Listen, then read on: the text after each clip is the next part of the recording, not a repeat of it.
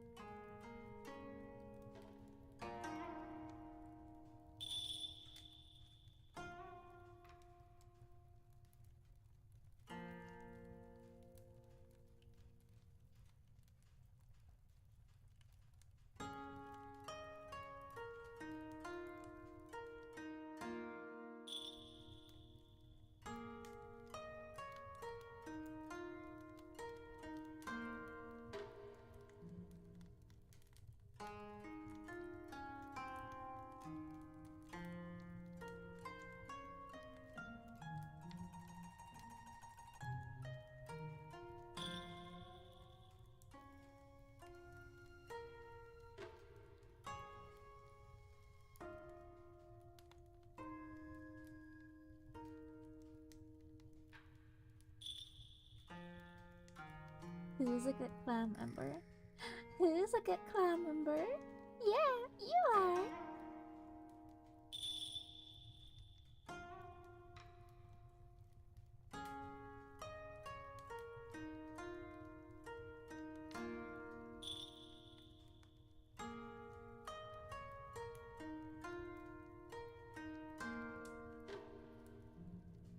Who's a good clan member? Who's a good clan member? Yeah, you are.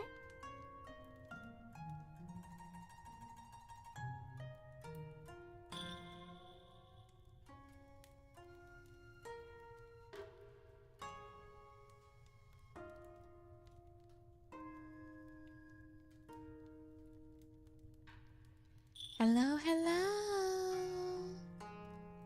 How is everyone? Hi, Flannel. Hi, Infy. Hi, Darkness. I see a lot of other names there as well.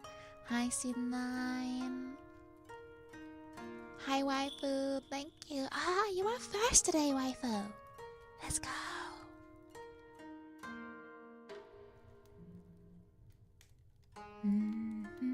Hi, Sammy. I hope everyone's Tuesday has been going well / is going well. I am finally home after a enormous work day. Was slightly stressful, but I'm glad to be here now. Oh no? Oh, what is happening?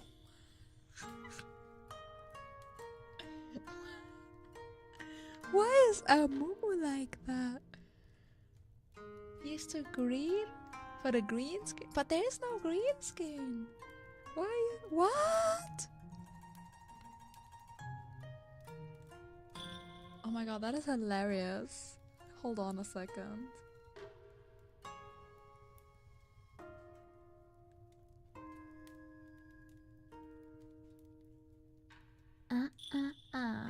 You've got a naughty clan member, have you? Kik. Kik. I'm a Momo.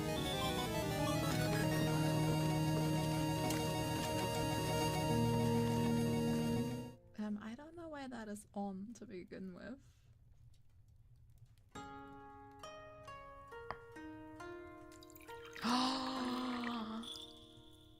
24 months in a row. Thank you, Sayo. It's so nice to see you, Sayo. Mwah. hope you're doing fine. Thank you. That is my chill, just chatting ASMR model. 41 months. Holy moly.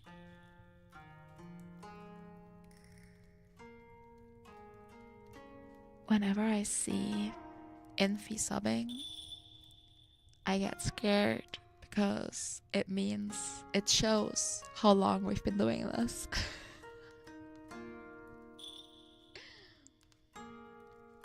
It shows that we've been doing this for a very long time. I bet those robes are made of wife material. Ah, of course, of course. Of course.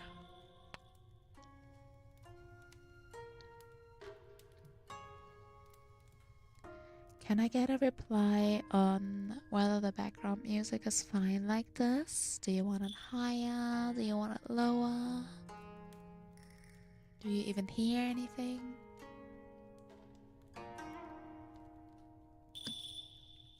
I love having two different opinions.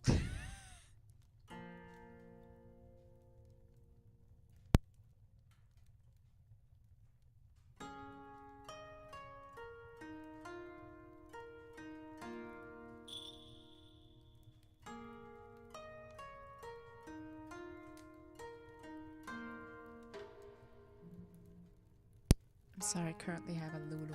Yeah, okay, there we go. Lulu was just walking all over my face. Loud enough to hear, loud enough you speak over.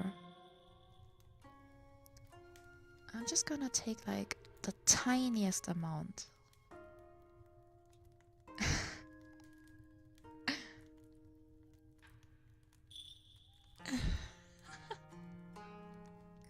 Haru! It's okay, sweetie pie. I've been told there's a cute samurai girl here. Where? Where? Can you show me? Point to the direction. I heard him through the ASMR mic. Yeah, he's very loud right now. I'm sorry. He's very loud right now.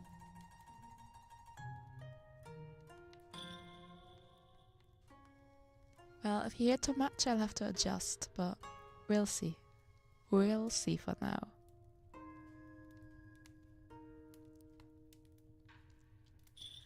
Let me just figure out why Amumu is faceless. He shouldn't be. Yeah, hold. Let me get her for my laptop screen. Nia, that's so sweet of you. Thank you. My cat is going crazy right now. Is Amumu the right shade of green for like green screen? It looks like that, yes. I already did this earlier. You weren't here, hold on a second.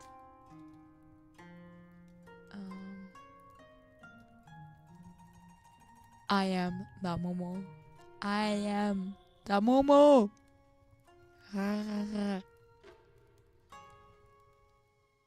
Momo. We're gonna learn about his lore today. Let me undo what I just did. Oh no, how do I undo what I just did? Please. Oh, thank God. No Momo skin? Oh, come on, you'd buy that. You'd buy that. Don't say you wouldn't. Yeah, I don't know why he's green though.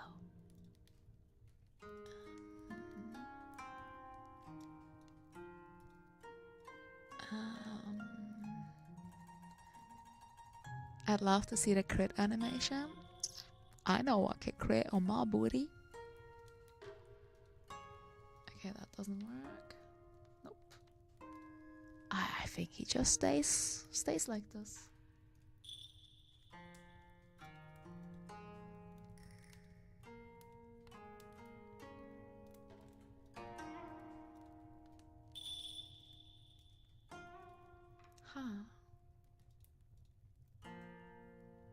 Very confusing. Oh well. Oh, there we go. There was a chroma key filter on it. Oh my god, look, he's back. This is how Momo actually looks like. Alright. Hi, Wolfie! How are Who's a you? good clan member? Who's a good clan Who's a member? good clan member? Yeah, you are. You are! You're the best. I hope you're having a great day. I hope you guys don't mind that I'm fixing some stuff before we start. There we go. Alright, I took your feedback. We have some very relaxing onsen music in the background, which I think is very fitting. And we're starting today with Ambessa, I believe.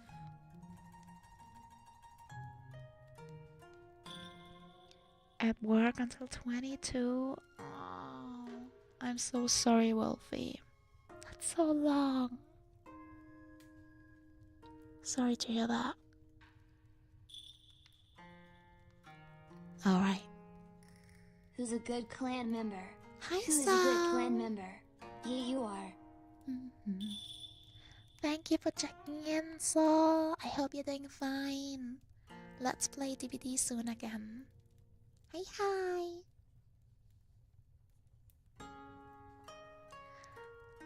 I'm currently doing a new segment on my stream, which is a ASMR lore reading.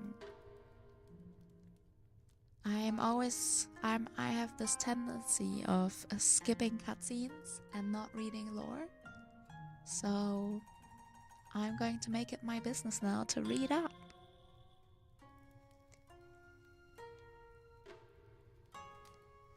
You just got back from New York? Wow! How was it? Hi, Spaghetti! Thank you, Wolfie. Here. Mwah. Have a big smooch. You got this. Oh no, Infi, you can't say that. Who's a good clan member? Hi, Who's a good Ghosty. clan member? Yeah, you are. Ba, ba, ba, ba. We're joined by the kitty cats.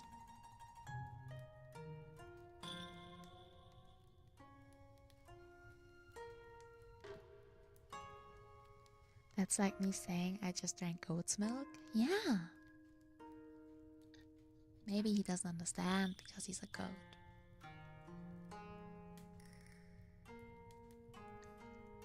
I'm eating all the viewers. No! Don't eat our viewers. I don't like that.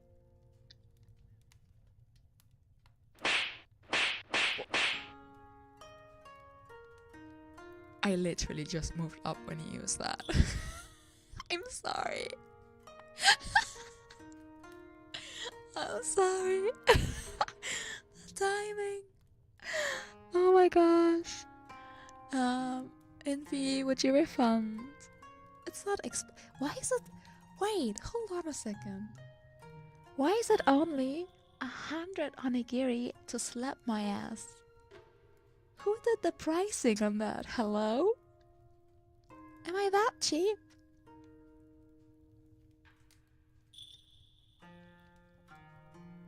That's a good value. I feel I'm a little bit sold on the value here. I don't know.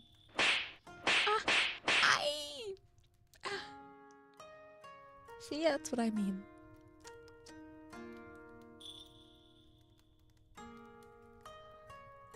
I'd like to announce that we are already restricted on TikTok.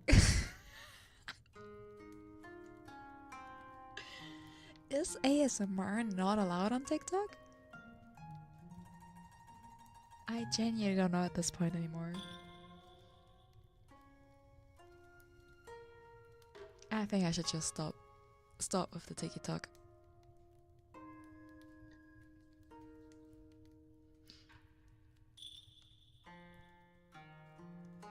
TikTok doesn't like image that don't move much. Bro, they don't like me either.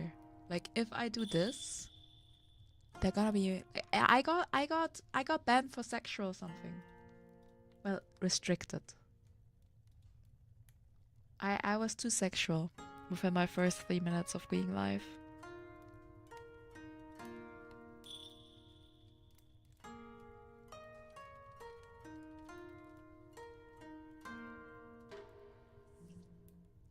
The only sexual thing you saw are feet. Feet are not sexual. Stop. Meanwhile, I see sex on TikTok regularly if I'm not looking for it.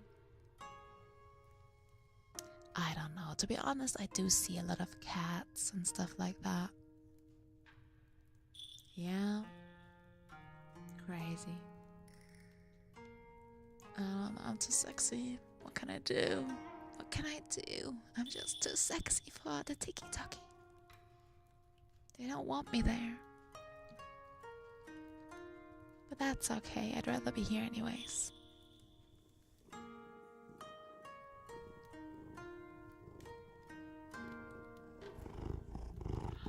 Temperinator.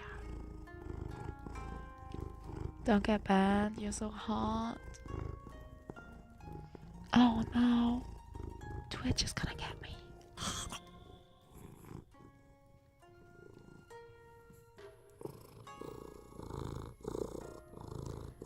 I love hearing the purrs of my cats.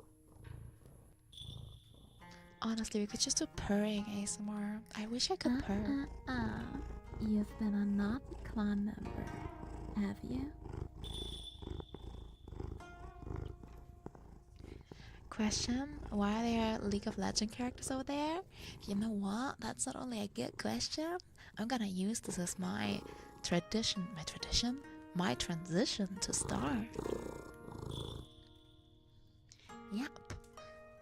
I have thought about this long and deep, and I didn't want to do the regular ASMR. Like, I don't know, I'm not really good at that, alright? Like, I don't want to lick your ears because it's just gonna be weird. But I found my one weakness, and that's reading lore in games. And Resident Evil 9 made me realize that I do enjoy lore, and I do enjoy reading it, and I do enjoy reading it out loud. So my new ASMR segment is basically going to be reading lore with you guys. And it's not only leak, I take suggestions. It's just the easiest to start with because there's so much.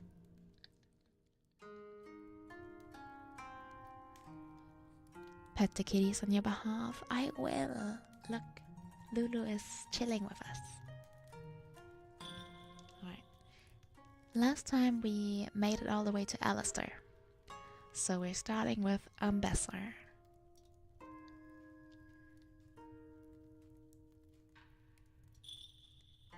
She is another character from Noxus.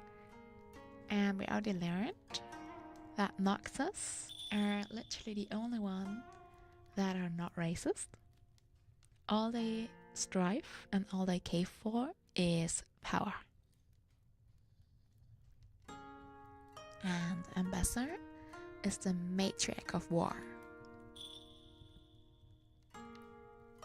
Any enemy of mine is an enemy of my family.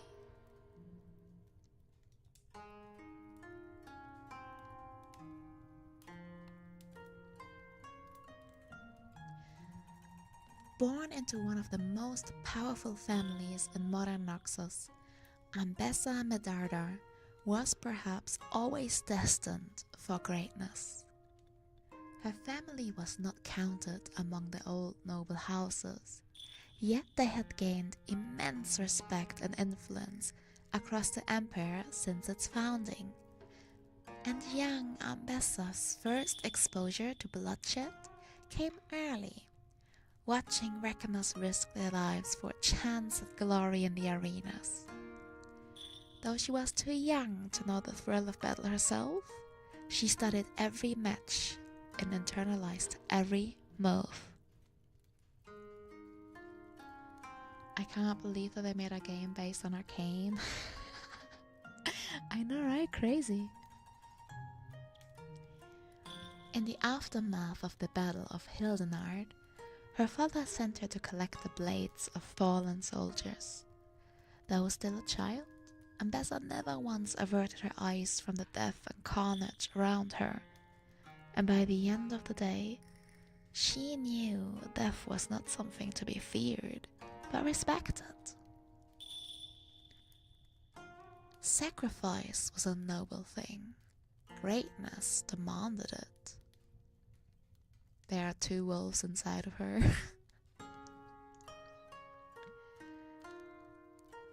The Medarda family code passed down through generations since their earliest days as traders on the Shiremian coast, espoused the virtues of both the desert fox and the fearsome wolf of legend.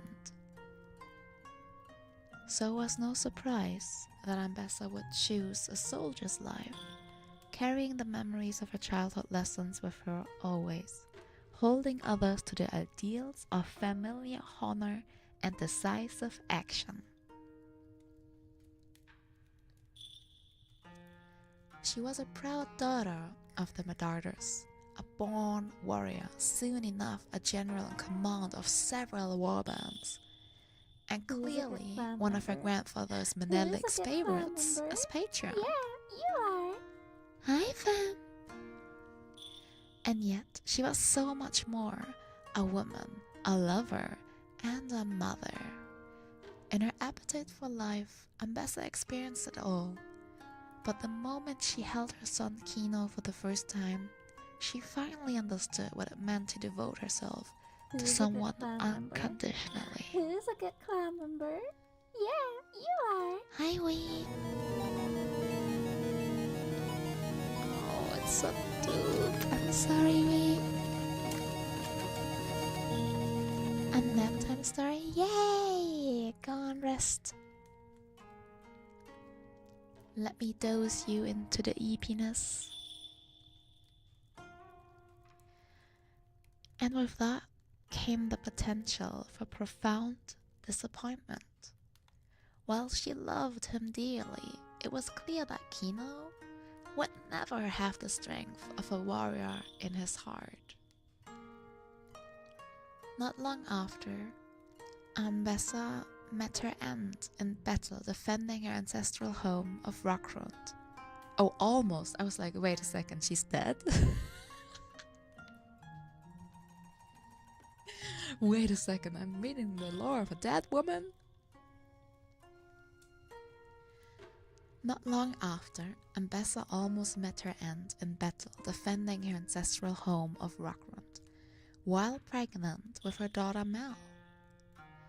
As she lay among the bodies of her allies and foes alike, she drifted near death and experienced visions that she would speak of to few others in her lifetime. Whatever it was Ambessa had seen, it alloyed her resolve and ambition. She would bend the world to her will, so that any weakness in her children would not be something her enemies could exploit. From that moment, Ambessa's rise became almost meteoric. She led from the front in every battle, fearlessly staring death in the eye. And with every victory, she grew more resourceful, more daring, and more uncompromising. When old Menelik Medarda finally passed, he named no heir from his deathbed, sending several branches of the family into a conflict of succession. But Ambassador knew they clotted heir, for this was her destiny. She defeated her rivals and vowed to forge a legacy worthy of the Medarda name, worthy of her own children's inheritance. As the new matriarch, Ambessa began to speak more often of her own personal mantra: in all things, be the wolf.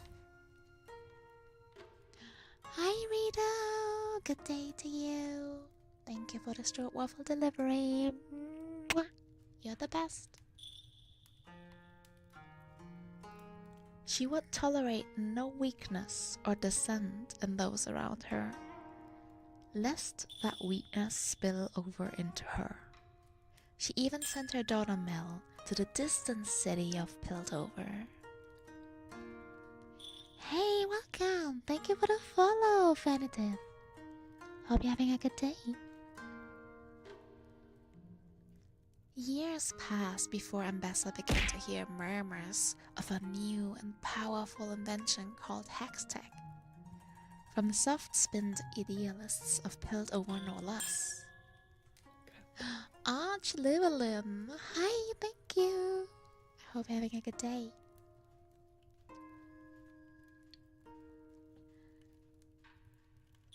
Intrigued by the potential of such a discovery, Ambessa traveled to the Gilded City to visit her daughter, determined to find out if this technology could be used to leverage even more power for the Medarda family. And then Arcane began. Good, how about me? I had a long day, lots of work to do, but now I'm relaxed.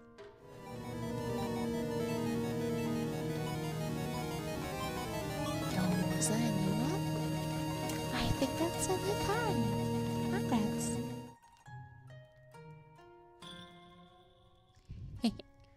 A new card. Let's go.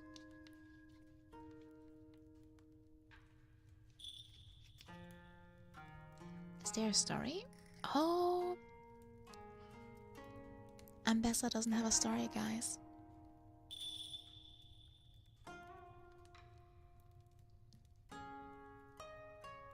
She probably can't even read, you know? Yeah, I think her story is all of Arcane. Exactly. That's why I said that. Echo! Hi! I hope your day is going lovely.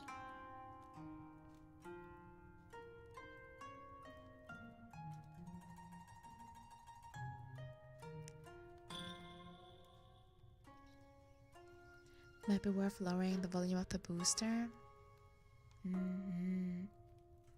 I get you. It's just... Maybe we can just lower it in general.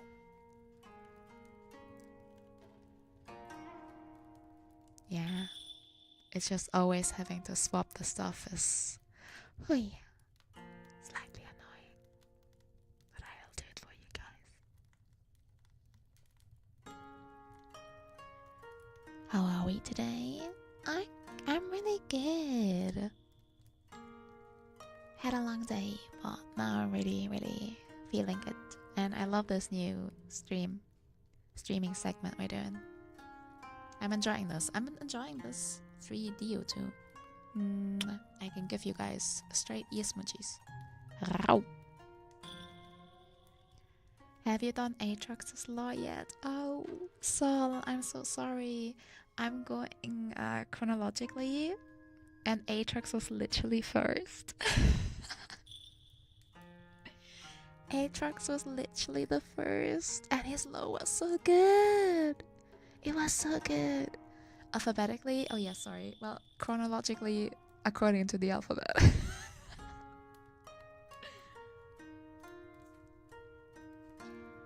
But I I'll be recording those very soon, probably next weekend, when I have a bit of time, and then I'm gonna put them on YouTube. So, if you then just ever feel like listening to something like this, you can go to my YouTube. Atrax the Goat. Oh, he was so cool. His story was so cool too. Yeah, so we already did Atrax, Ari, Akali, Akshan, which had a really cool story too, and Alistair, who is a Minotaur apparently. I thought he was a cow. Alright, the Momo is next. Amumu, the sad mummy. Solitude can be lonelier than death. Amumu has a whole ass song? Really? Wait, where's he from? Cool, doesn't say. Oh no, Shurima. He's a literal mummy. Yeah, Goro. You're so smart. Of course he's from Shurima.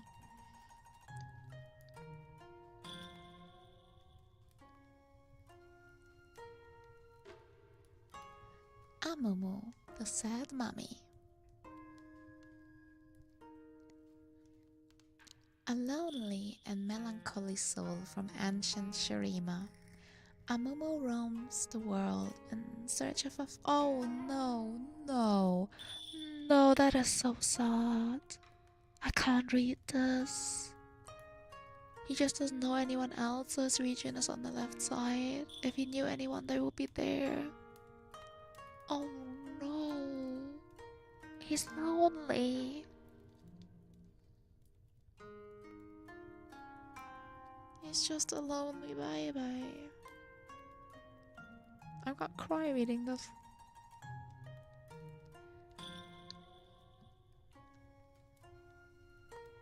Yeah, the connections were on the left. That's true. Ooh. Okay, let's restart this. A lonely and melancholy soul from ancient Shurima. Amumu roams the world in search of a friend. Cursed by an ancient spell, he is doomed to remain alone forever, and his touch is death and his affection ruin. Those who claim to have seen him describe Amumu as a living cadaver, small in stature and covered in bandages, the color of lichen. Lichen? Is that lichen? Amumu has inspired myths, folklore, and legends told and retold for generations, such that it's impossible to separate the truth from fiction. Hey, welcome in, Mugham. The hardy folk of Shurima agree upon certain things. The wind always blows from the west in the morning. A full belly on a new moon is an ill omen, and buried treasure hides under the heaviest of rocks. They do not agree, however, about the tale of Amumu. One oft-told story links Amumu to the first great ruling family of Shurima, who succumbed to a disease that corrupted flesh with hideous speed. The youngest child, Amumu, was quarantined in his chambers and befriended a servant girl who heard his cries through the walls. She regaled the lonely hare with courtly news and stories of her grandmother's mystic powers. One morning, the girl brought word that Amumu's last remaining brother had passed away, making him Emperor of Shurima. Saddened that he had to bear this news alone, she unlocked his door and ran inside to comfort him face to face. Amumu threw his arms around her, but as they touched, he fell back, realizing he had condemned her to the same terrible fate as his family. Upon the girl's death, her grandmother placed a twisted blight on the young emperor. In her mind, Amumu had as good as murdered her kin. As the curse took effect, Amumu was trapped in his moment of suffering like a locust ensnared in honeyed amber. A second tale whispers of another crown prince, one given to bouts of petulance, cruelty, and murderous vanity. In this telling, Amumu was crowned Emperor of Shurima at a young age, and convinced he was blessed by the sun, he forced his subjects to worship him as god.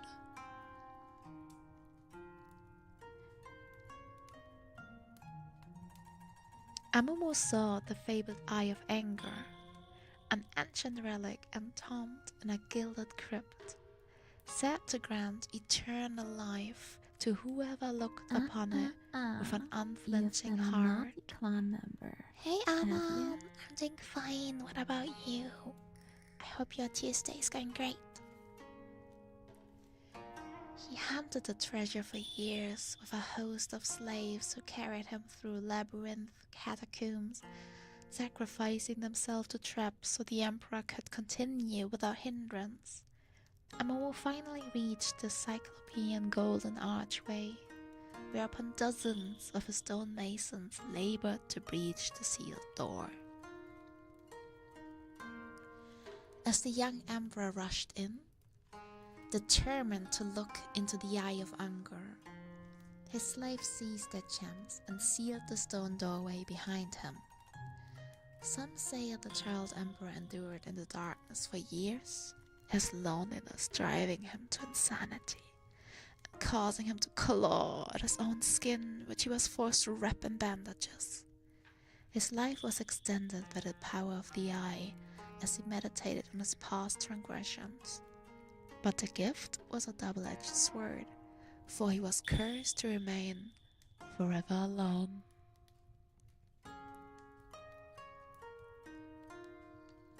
Not too bad. I'm starting my lunch break. The work suddenly changed into an errand day. Oh, is errand day good?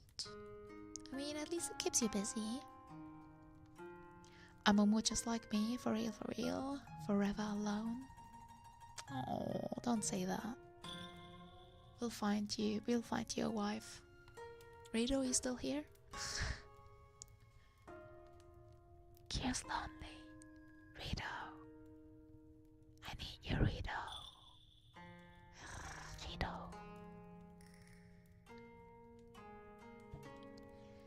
It is. At least it gives me more time to stay in between errands.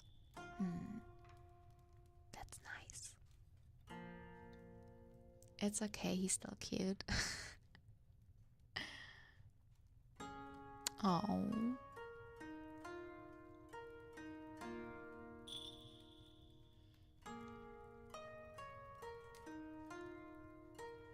Thank you for that pet.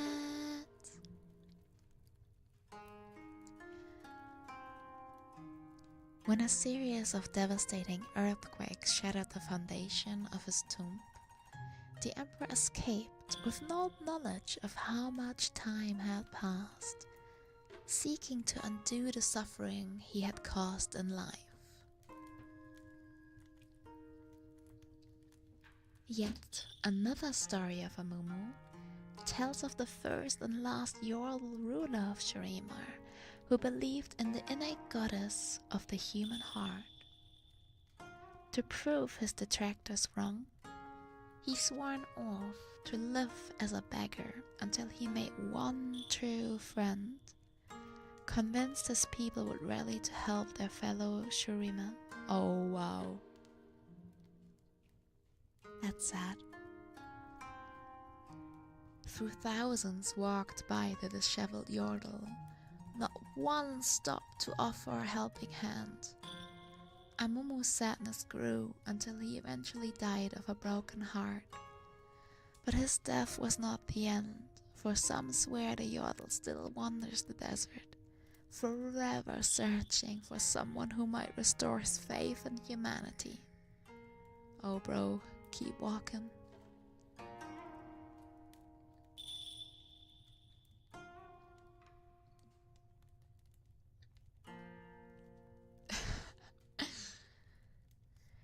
These stories, despite their difference, are woven with parallels. Whatever the circumstances, Amumu is doomed to exist in a broken state of emptiness, eternally alone and friendless, fated to forever search for a companion. His presence is cursed and his touch is death. On long winter nights when the fire is never allowed to burn low, the sad mummy can sometimes be heard weeping in the desert, despairing that he'll never know the solace of friendship. Whatever Amumu searches for, atonement, kinship, or a single act of kindness, one thing is as certain as the western wind at dawn: he has yet to find it. Wow.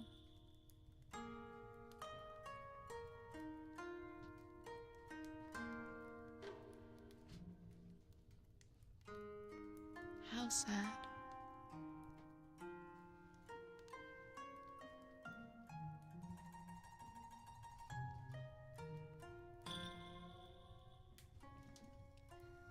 How very sad. Oh my gosh. Shout out to the time Amumu had a skin where he could laugh globally all the time, really? You would hear hey hey hey from Fog of War.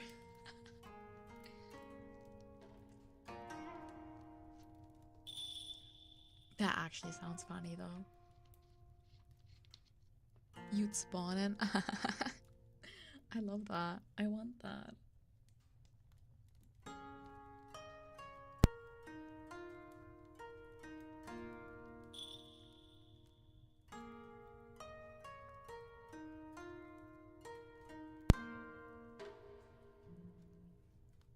Alright, he has a story too. It's gonna be very sad, I believe.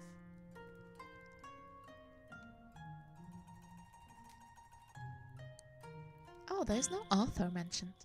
What?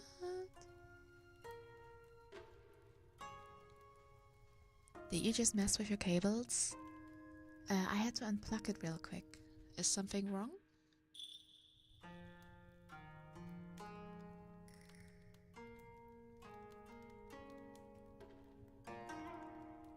No, you just heard it? Okay, no, I had to unplug it real quick, sorry.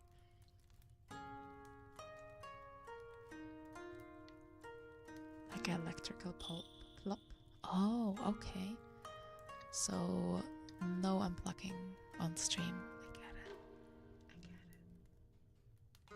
I had to move the cables around here. Sorry. Please forgive me.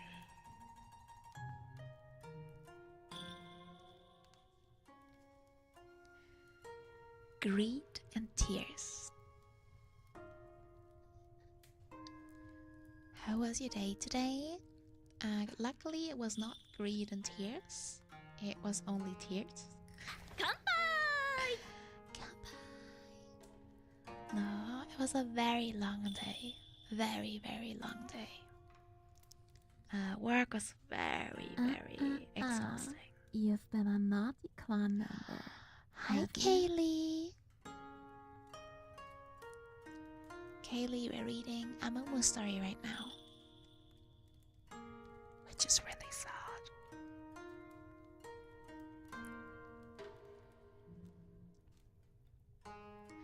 At least you're done for today. Yes. But I'm looking a little bit forward to just closing my eyes, you know, and drifting off into sleep, listening, I don't know, some music, and just, you know, falling asleep like this would be nice. Oh my god. I'm supposed to make you guys relax doing ASMR, not myself. Holy fuck.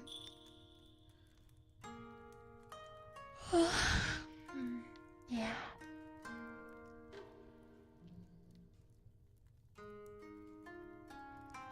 Greed and tears.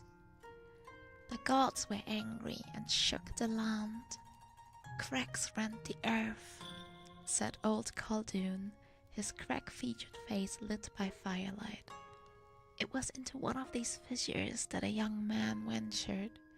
He found an opening, the entrance to a tomb, hidden for the jackal knows how long.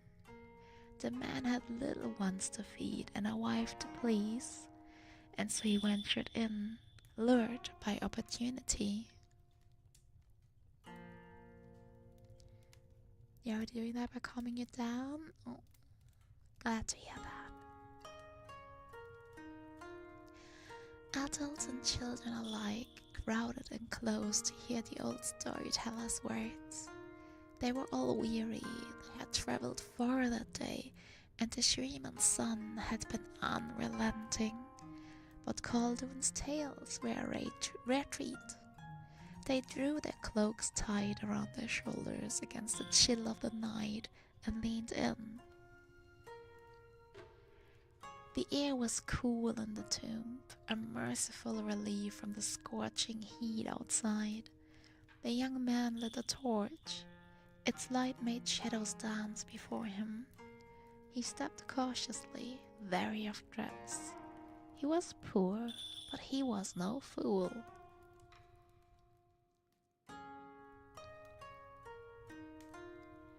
The walls inside were smooth obsidian and carved with ancient writings and images. He could not read, he was a simple man, but he studied the images. He saw a boy prince sitting cross-legged upon a sandisk, borne by a team of servants, a beaming smile upon his face. Chests of coins and riches were piled before him, the offerings of strangely garbed bowing emissaries. He saw other carvings, again showing the smiling prince, this time walking among his people. Their heads were pressed to the ground before him. Stylized rays of sunshine radiated from the boy's crown. Before one of these images was a small gold statue. It alone was worth more than he could have hoped to earn in 10 lifetimes. The young man took it, slipping it into his satchel. He did not intend to linger. He knew it would not be long before others came upon this place. When they did, he wanted to be gone. Greed makes fools of even the greatest man, and he knew that others would willingly spill his blood to claim that golden statue, and the other riches that were surely further in. Avarice was not one of the young man's faults, however. He felt no need to delve further. The other treasures hidden here were someone else's to claim. He looked upon one last image before he left the tomb. It showed the boy prince dead, lying upon a bier. Those closest to him were wailing, but further back, people were celebrating. Had the boy prince been beloved, or had he been a tyrant? There was no way of knowing. That was when he heard it. A sound in the darkness that made his skin crawl. He looked around, wide-eyed, holding his torch up before him. Nothing. "Who's there?" he said. Silence was his only answer. The young man shook his head. It's just the wind, you fool," he thought. "Nothing but the wind." Then he heard it again. more distinctly this time. A child was crying in the darkness further into the tomb. Heard anywhere else, his paternal instinct would have been to go to the sound. But here, in the darkness of a funeral tomb, he wanted to run, but he did not. The sobbing touched his heart. It was filled with such misery and grief. Was it possible there was another entrance to this tomb? Had a young boy found his way down here and become lost? Torch held high, he crept forward. The weeping continued, echoing faintly through the gloom. A white chamber opened before him, its floor black and highly reflective. Golden artifacts and jewel-inlaid walls glinted within. Gingerly, he entered the room. He stepped back sharply as his heels sent ripples spreading out across the floor. Water? The floor was not made of reflective obsidian. It was covered in water. Kneeling, he scooped a handful of it to his lips. He spat it out immediately. It was salt water. Here in the heart of Shurima, 1,000 leagues from the nearest sea. He heard the sound of the boy weeping once more, closer now. Holding his torch before him, the young man glimpsed a shape at the edge of its light. It appeared to be the child, sitting with his back to the man. Carefully, he stepped into the room. The water upon the floor was not deep. The hairs on the back of his neck stood on end, and fear clutched at his chest. Yet he did not turn to run. "Are you lost?" he asked as he stepped closer. "How did you get here?" The shadowed figure did not turn, but he did speak. I don't remember," he said. The sound swam around the young man, echoing off the walls. The boy spoke in an old dialect. His words were strange, but understandable. I don't remember who I am." "Be calm, child," said the man. "All will be well."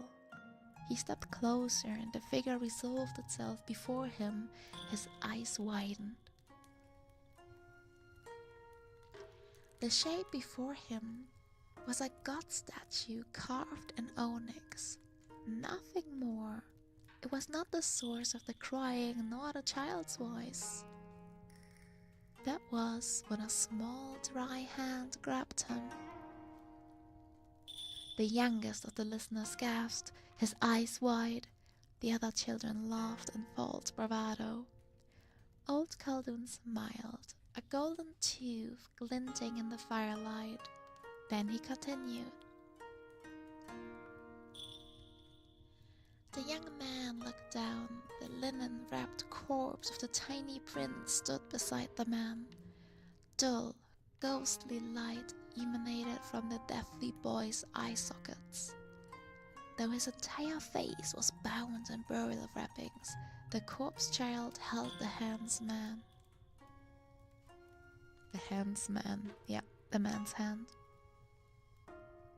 "Will you be my friend?" the boy asked, his voice muffled by linen. The young man lurched backward, breaking free of the child's grasp. The young man looked down at his arm in horror. His hand was shriveling, turning black and withered.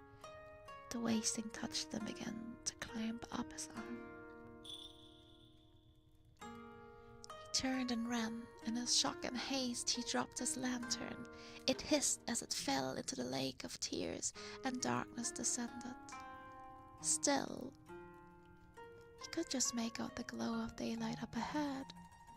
He ran towards it, scrambling desperately, even as the wasting death crept up on his arm towards his heart. At any moment, he expected to feel the deathly boy's grasp upon him, but did not. After what felt like an eternity, but could only have been a matter of heartbeats, he burst from the darkness into the desert heat once more. Have you? Hi, Twitch Mom. Thank you. I needed that. I needed that. Good old hydration.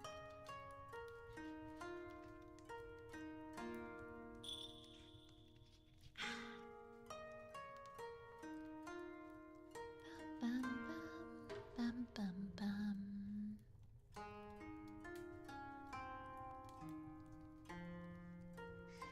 Hope you're having a good Tuesday, Mom. Come here. Who's a good clan member? Who's a good clan member? Yeah, you are. 33 months. Thank you so much. How was your stream yesterday? Did you manage to get your PC done? Not really? Oh no. What happened? I hope you're feeling better soon though. Or having a better day soon. My day was very busy too. Job? Yeah, I feel you. I had a very, very, very busy time today at work too.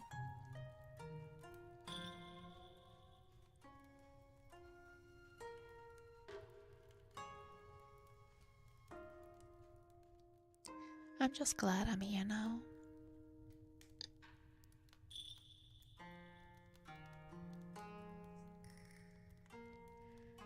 I'm sorry, echoed a mournful voice from the gloom behind him. I didn't mean to. And thus the tomb of a Mumu was unearthed, said old Khaldun, and the deathly child released into the world. But everyone knows he isn't real, cried one of the children, the oldest of them after a moment of silence. A Mumu is real, said the youngest. He's wandering the land trying to find a friend. He's real. He isn't a boy, said another. He's a yodel. Khaldun laughed and pushed himself to his feet with the aid of a gnarled walking stick. I am old, and we have far to travel tomorrow, he said. It is past time. I was abed. Oh, abed. Yuri, DBLC2, hi. Thank you for the follow. Hello for British trans lesbian. Wow, hi. Hope you're doing well. Hope you had a great Tuesday.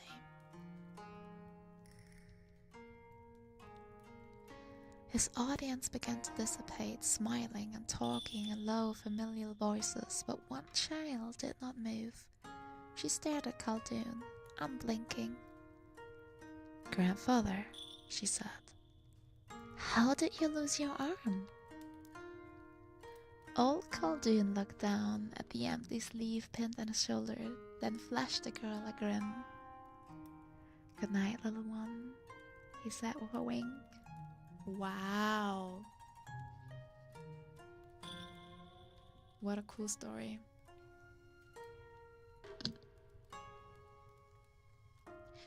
Let me go up.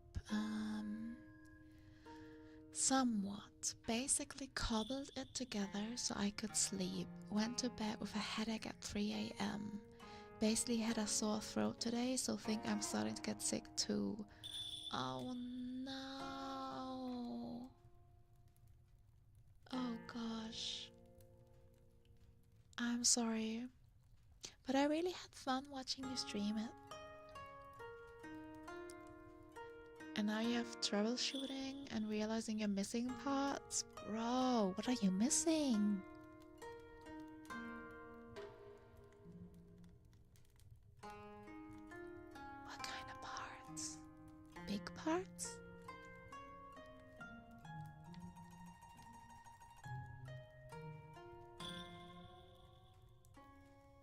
Oh yeah, this is so sad. Oh, is this the music video? I don't want to click on it because I don't know how loud it is.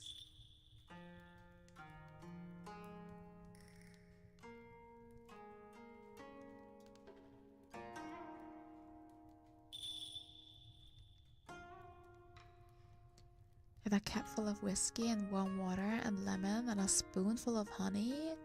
Wow, what a combo. 2 at 11. Hi, welcome. I hope you're having a good Tuesday.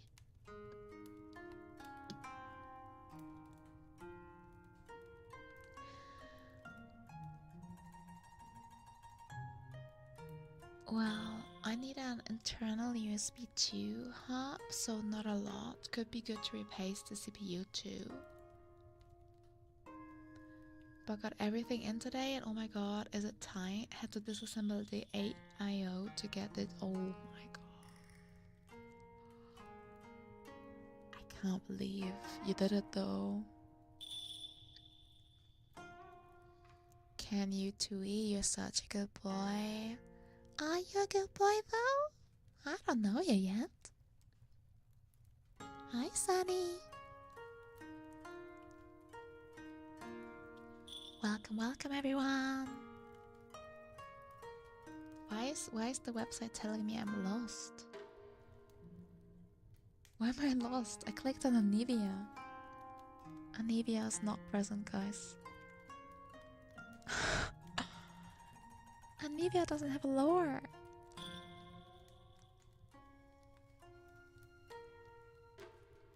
Oh, and Annie has an animated. Look at that.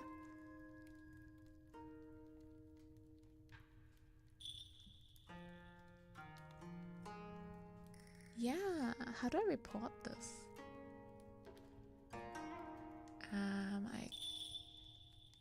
I guess we're skipping Anivia today.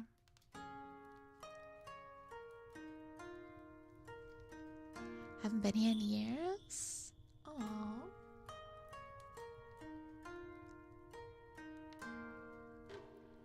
Can we text him that?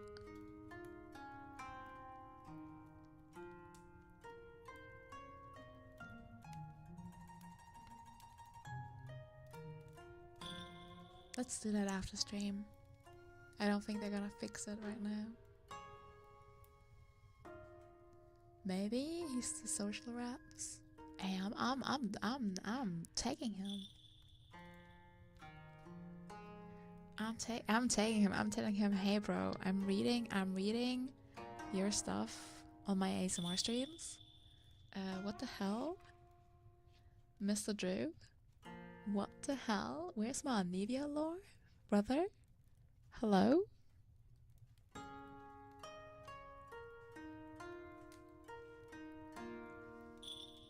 Alright. I need to write this down because I'll forget.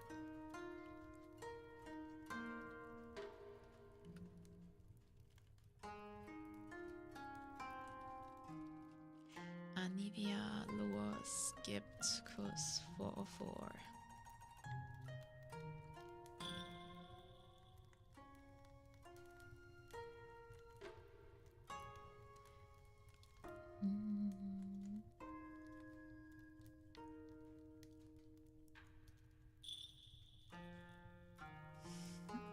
Thank you guys. Alright, let's go. Annie next. Does anyone know stuff about Annie? I just know Timbers.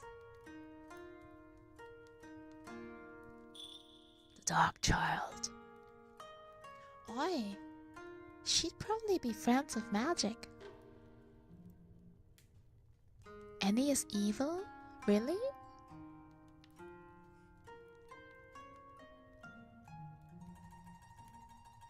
Oh, she doesn't have any friends either. Oh, she has a short story.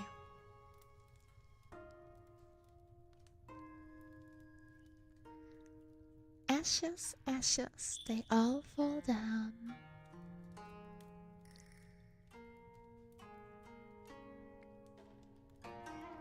Annie, the Dark Child.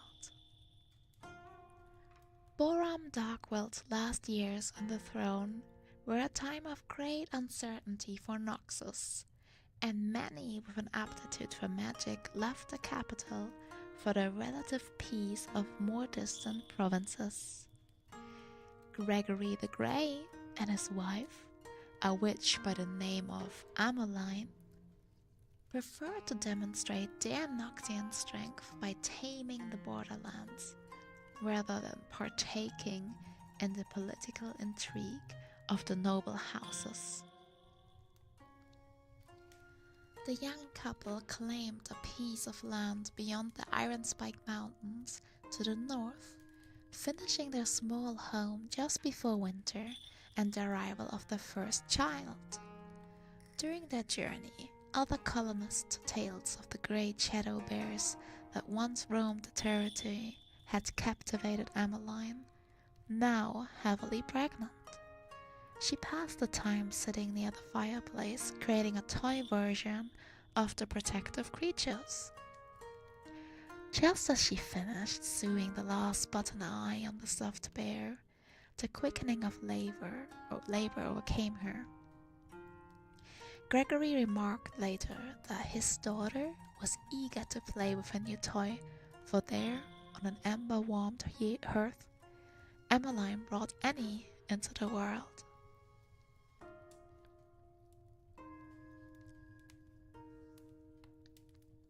When Annie was still a toddler, she and her father took ill. As night fell, Annie began to burn with fever, and soon she was so hot she could no longer be held in her mother's arms. Emmeline grew desperate, deciding at last to fetch icy water from the nearby river. The next morning, Gregory awoke, weak and groggy from his sickness. In the crib, a now healthy Annie played with her stuffed bear, Tibbers, but Emmeline was gone.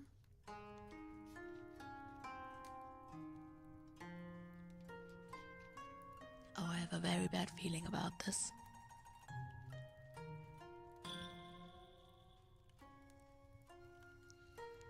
Naively, Annie believed her mother would one day return. Gregory would often find the girl sitting in her mother's rocking chair near the hearth, hugging Tibbers and staring into a crackling fire, where he was sure there had been nothing but cold ashes. He chalked up these slips of the mind to the burden of parenting a child alone. Years passed, bringing more colonists to the region, and in time Gregory met Liana, a woman seeking a new life outside the capital with her own young daughter Daisy. Annie was eager for a playmate, but spoiled by the indulgences of being an only child, so acclimation to her new stepfamily was difficult. Whenever Annie's fiery temper erupted, it left Liana uneasy and quick to take her own daughter's side. It fell to Gregory to keep an uneasy peace between the three. Unused to the dangers of the untamed borderlands, Daisy's playing ended in catastrophe for the family. Liana, of course, blamed Annie for the loss of her daughter, focusing her rage and grief on her stepdaughter's most prized possession, Tibbers. Annie was horrified as the last physical memory of her mother was threatened. The god's terror grew to an unbridled rage, releasing her latent and powerful pyromancy, and the stuffed bear was brought to life in a maelstrom of protective fire.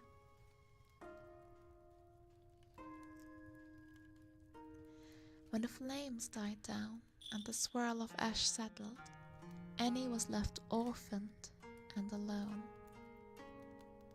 Believing most city adults to be like her stepmother, Annie has kept the wilder parts of the frontier homeland. On occasion, she will use her disarmingly adorable exterior to be taken in by some pioneer family long enough to be offered new clothes and a hot meal. However, fire and death awaits anyone foolish enough to try parting Annie from that stuffed bear at her side.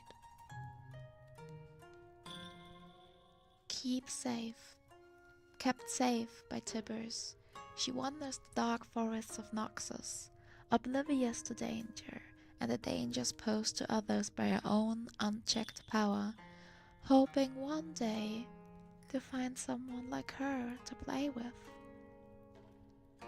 Oof. I used to call him Tabbers on all chat to trigger people. Tabbers? Why? Why? Why would that trigger people? What am I missing?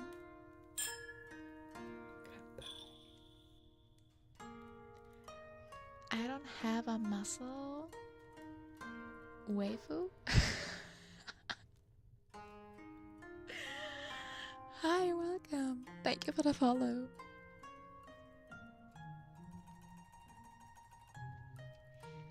People don't like when you misspell things. I guess. There's a theory about Daisy. I think I heard it, right? Isn't it about Ivern and that's why he reincarnated or his tree thing is old as Daisy? I think I heard that before.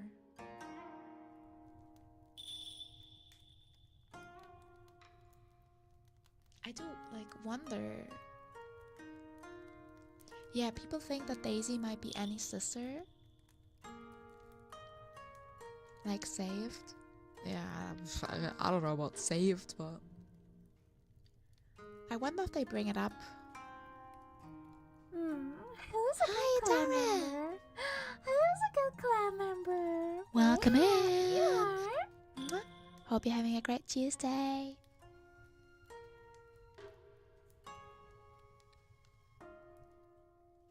Yeah, I was thinking maybe an Ivan story.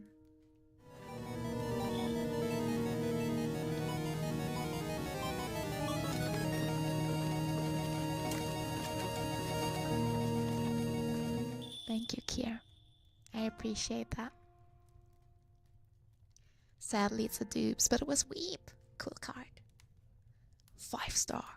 5 star daddy. I found a dead child by the lake. A bet. Crazy.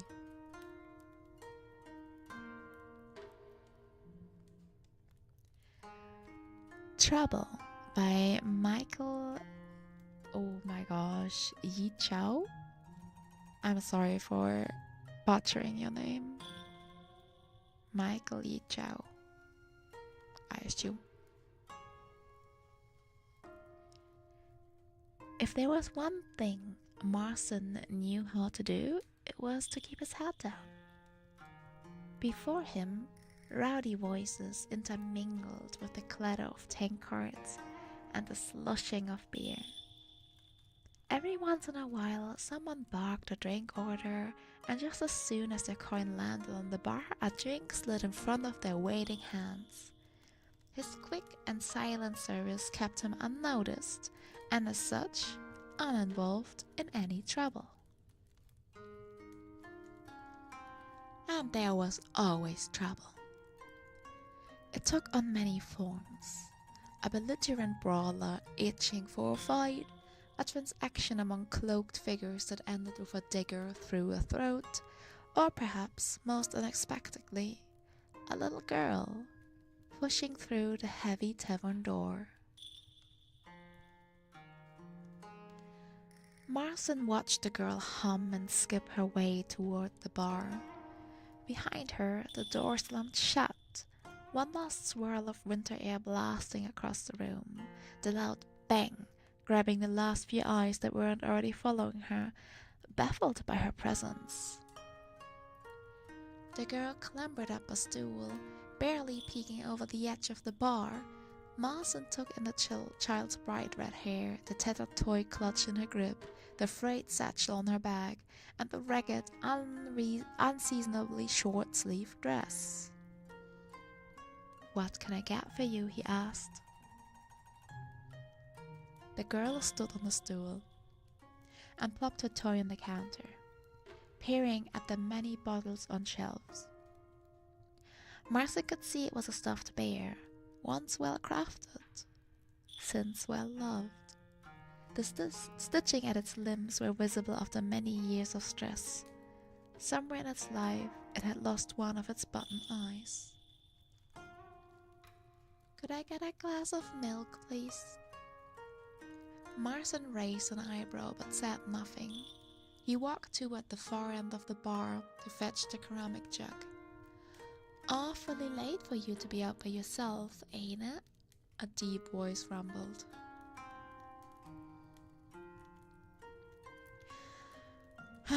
Marson sighed. Trouble always attracted more trouble. He pulled the jug down from the shelf and gazed back down the bar. A large man next to the girl had turned to peer down at her with his one good eye. Seated in front of him, the girl looked like a pebble at the foot of a mountain. He was a pile of muscles crisscrossed with scars. The loops of ropes and chains and hooks at his belt, along with the massive blades slung across his back, loudly announced him as a bounty hunter. The girl looked up at him and flashed a smile. "I'm not alone. Tibbers is here with me. Aren't you, Tibbers?" She held up the bear, beaming. The bounty hunter laughed out loud. "Surely your parents must be missing you." The girl's hands dropped to her side as her eyes drifted down and away. "I don't think so," she replied. "Oh, but I do think so. Would pay a pretty penny to see you home safe, I imagine." Marson could practically hear the coins clinking in the bounty hunter's mind, the men already tallying up the price for her safe return. "They can't. They're dead." The girl popped back down on the stool, staring into the bottom eye of her beer. Bear, not her beer. She's not drinking beer yet. We're still at milk. The bounty hunter started to speak again, just as Marson placed the mug down on the counter with a persuasive thud. "Your milk," he said. The girl turned and beamed at him, breaking from her sullen mood. "Thank you, sir." She set her bear on the table and reached back into her knapsack. Marson waited, prepared to accept any coin she would put down as payment enough. He did not expect the massive purse that landed with a clatter. A few golden coins bounced onto the counter, one rolling towards the edge. Marson stopped it on reflex, one finger pinning the escape. Slowly he lifted it from the bar, its heft and texture proclaiming it's an authentic Noxian mint. "Oopsie," the little girl giggled. Marson swallowed, his mouth suddenly dry. He reached over, hoping to shove the coin and the purse back into the girl's satchel before anyone else noticed. "That's a mighty big purse for a mighty small girl," the bounty hunter growled far too loudly. "Tibbers found it," the girl replied. The bounty hunter snorted. "Is that so?" "It wasn't the man who stopped me in the road. He was a real meanie." The girl took a sip of her milk, her attention back on her bear. "That's too bad." The bounty hunter leaned in closer to the stool, hand sliding towards the purse. The girl looked up at him, a playful smile dancing across her face. Tibbers ate him. For a moment, everything stood still. Then the bounty hunter's laugh cut across the room. "I'm sure he did," he roared. He thrust a meaty hand forward, grasping the toy by the head and yanking it away from the girl. "You're a big old scary monster." "Let Tibbers go," the girl cried out, reaching up for the bear. "He doesn't like being pulled." The bounty hunter just laughed harder. Marcin pocketed the coin in his hand and turned away, walking unnoticed toward the back. He wished he could help, but he hadn't survived this long by sticking around longer than he should. Her voice stopped him cold. I said, let Tibbers go. The words rumbled with gravel and rage, cutting through the din. Against all his better judgment, Marston paused and looked back. The girl stood on the bar, staring at the bounty hunter, fury smoldering in her eyes. Then chaos erupted. A flare of light and a burst of heat erupted from the girl. Too late, Marston threw his arms up, crying out in pain. He stumbled back, knocking into the shelves behind him. Several bottles crashed around him as he ducked beneath the bar, cursing his idiotic hesitation. The screams of men and the sound of breaking wood punctuated a growing roar of flame. A guttural, impossible sound reverberated through the air, rattling his bones. Marston crawled, still half blind, toward where he hoped the doors to the kitchen were. Around him, the screams heightened, then stopped with a stomach-churning crack.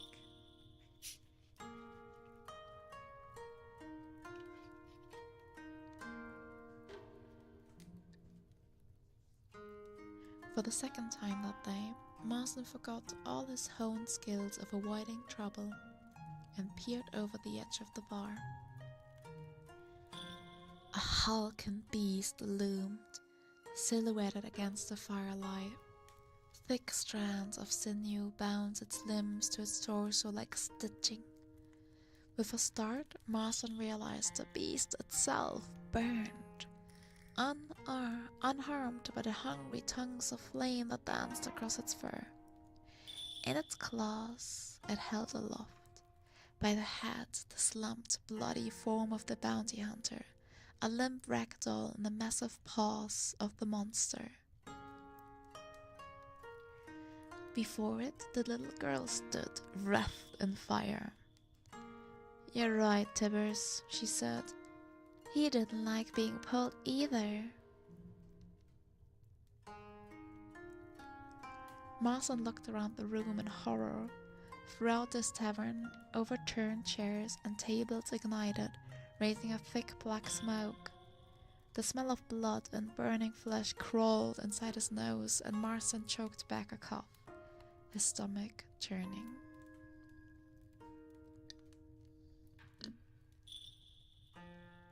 The beast turned and looked at him. A whimper escaped Marston's lip. He gazed into the glowing abyss of the bear's eyes and swallowed in the certainty of his end. A peal of laughter rang out over the crackles of flames. "Don't worry," the little girl said, peering around the monstrosity. "Tibbers likes you." Marston watched, frozen as the girl hopped, skipped, jumped her way through the burning tavern, the beast lumbering behind her. He stared as it smashed the heavy door of his hinges. He gaped as the little girl turned back one last time, a sweet smile back on the face. "Thanks for the milk, sir." And then the girl walked out into the snowy nights as the tavern collapsed behind her.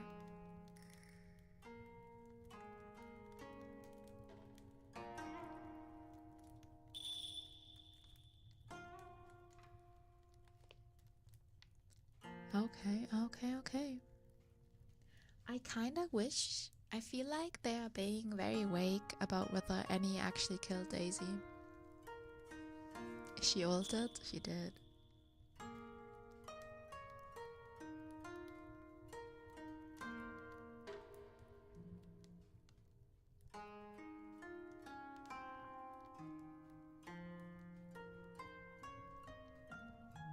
There's an animation about it. Does she like actively like hurt her? Or is it like more of an accident?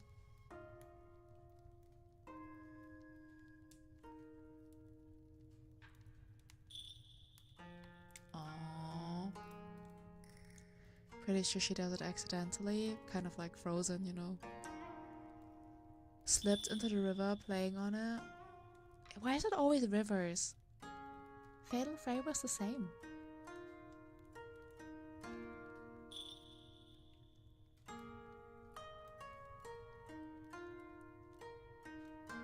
Water bed. Yeah. Don't go into water, guys. That's why he uses fire magic. Makes sense.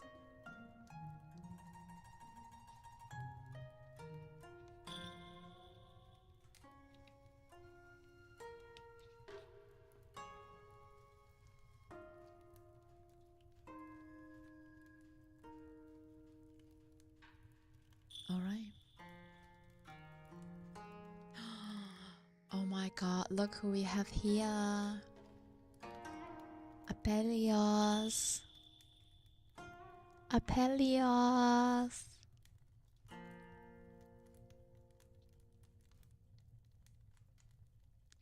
What the hell, he can't talk? I mean, he doesn't need to talk. Someone else can tell us the story. His lore is probably 3 dots. No, look, Alun can talk. Oh. He's besties with Diana and Leona. And he's from Targan.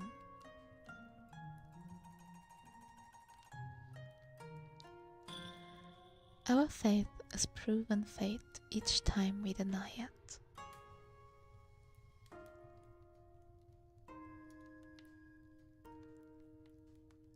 Aphelios, the weapon of the faithful.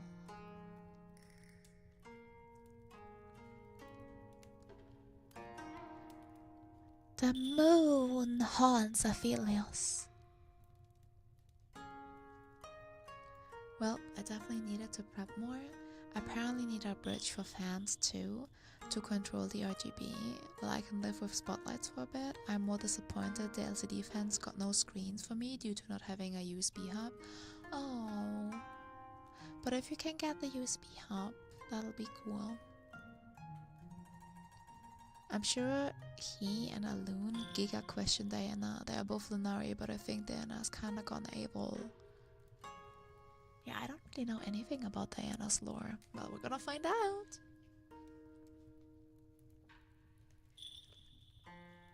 Yeah, I was gonna say, isn't Diana and Leona, aren't they like a pair? Aren't they like together? Diana's lore is that she's mad horny for Clunch. Yeah, they are. Yeah, don't they have like a Romeo and Juliet story? Yeah, exactly.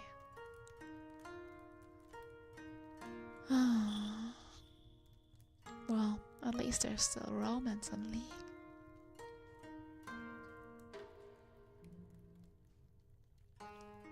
Can share how it looks? Yeah, do that. Hi, Rui. Welcome in. Hope you're having a good Tuesday.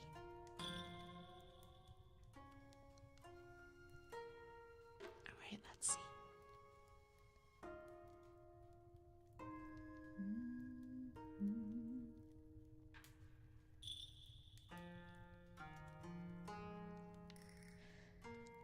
The moon looms over the towering slopes of Mount Targon, distant yet impossibly close.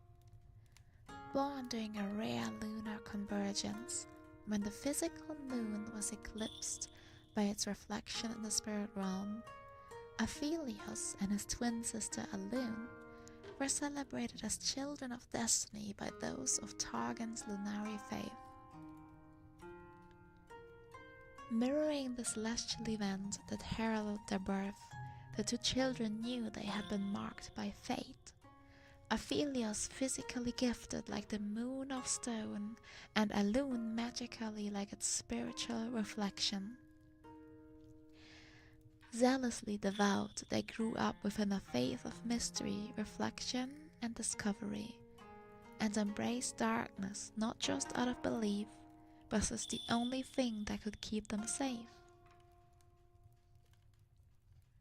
The Solari who ruled Targon considered the Lunari heretics, driving them into hiding until most forgot the Lunari even existed. The Lunari were left to the shadows, dwelling in temples and caves far from the Solari sight.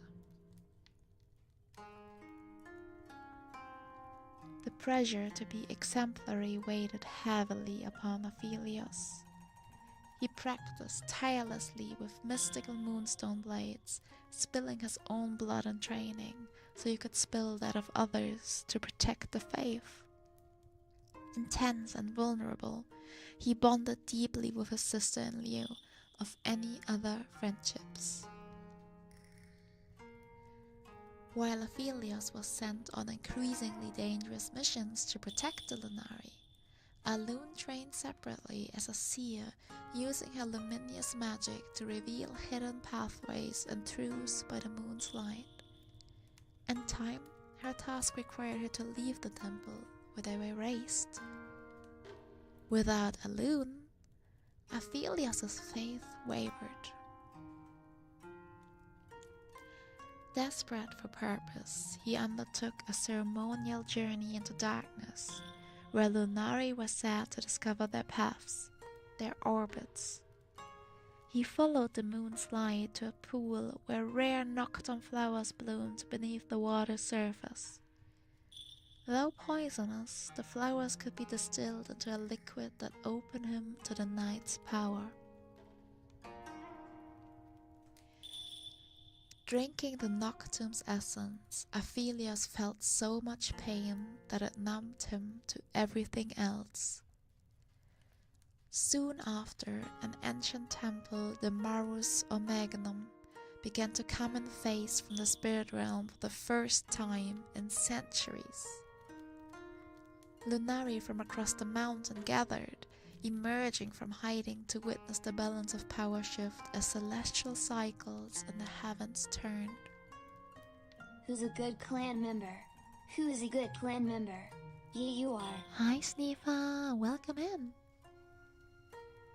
The fortress accepted only one occupant, gifted in magic each time it appeared. This time it would be Alun, her orbit guiding her to the temple. Aphelios, usually asking for nothing, requested to attend the event.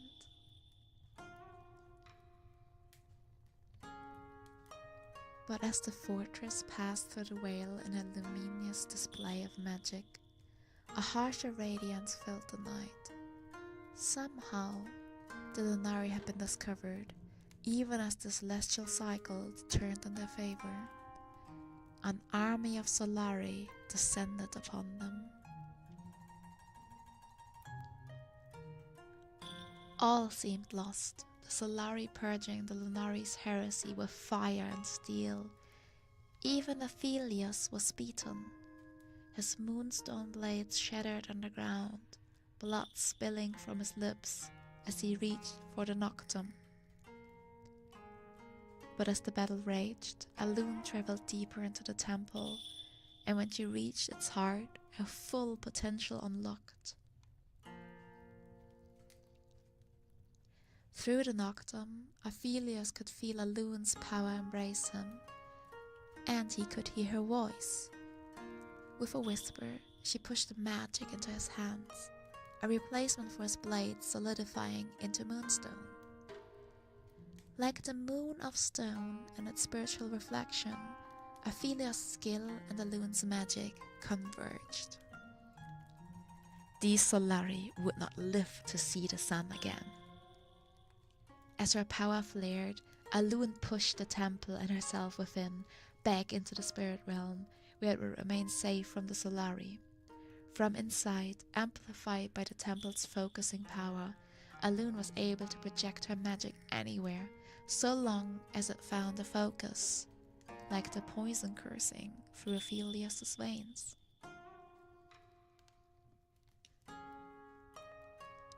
Only now did they understand their destiny. Aphelios would hollow himself out with pain, but would become a conduit for the moon's power. Alun would live alone, isolated in her fortress, but she would guide her brother, able to see through his eyes.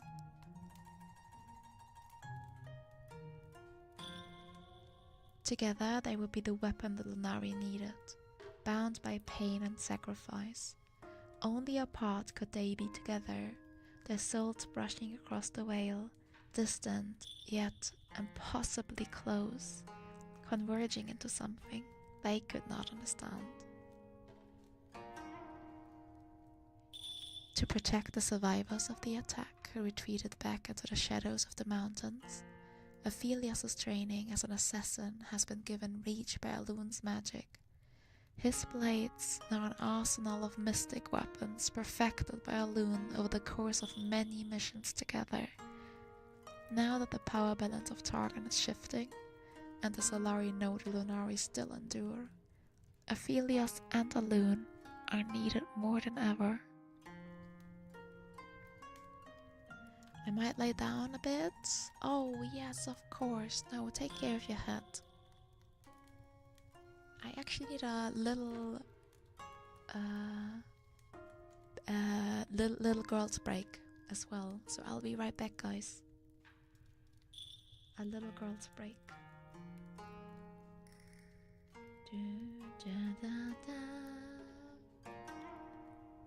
Thank you.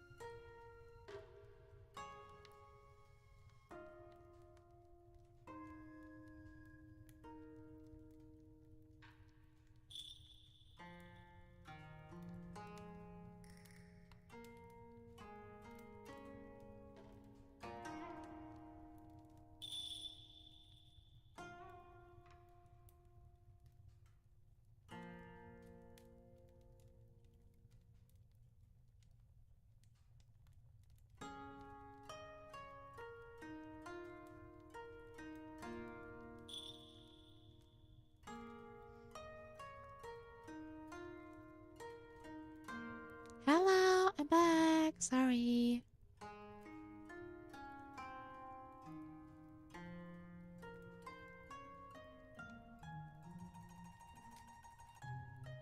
Sorry.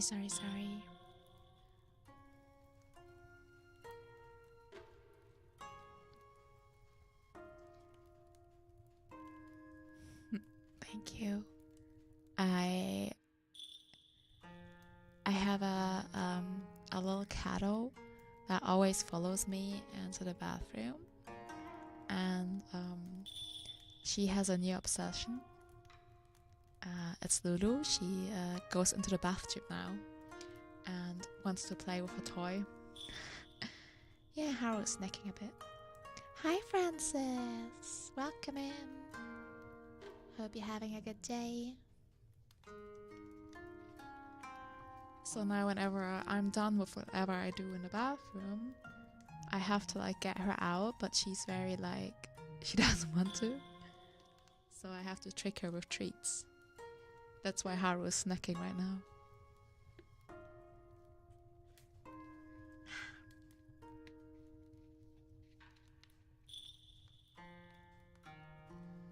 Hello.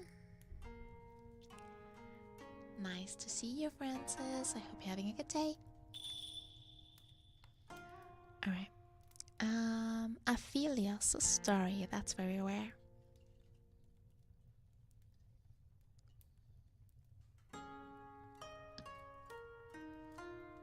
You Are the Weapon by David Slagle.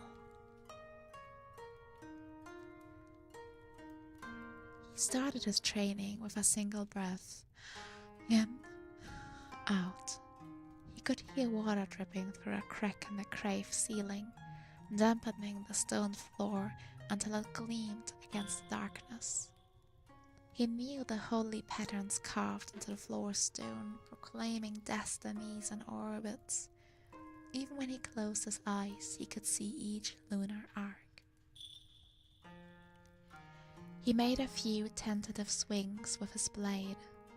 The moonstone felt solid in his hand, but remained ethereal, as if it wasn't there. It was a magical remnant of the first convergence, when the moon and its reflection in the spirit realm briefly touched across the celestial veil, and moonstone cast off by the union rained down on the world like tears. Following their orbits, the two moons were forced to part. Embracing his own orbit, Aphelios continued to train. His blade was now his breath, drawing faster and faster. His slashes followed arcs he had practiced for years until even he bled, training to the verge of self-destruction. Following his weapon, he twisted through the air. He slashed, parried, each attack flowing into the next. He closed his eyes so he would not see, would not remember everything he'd sacrificed to wield his weapon. Aphelios, you see my face, my lip quivers, though my voice is firm. Aphelios, reflected in my eyes, you see.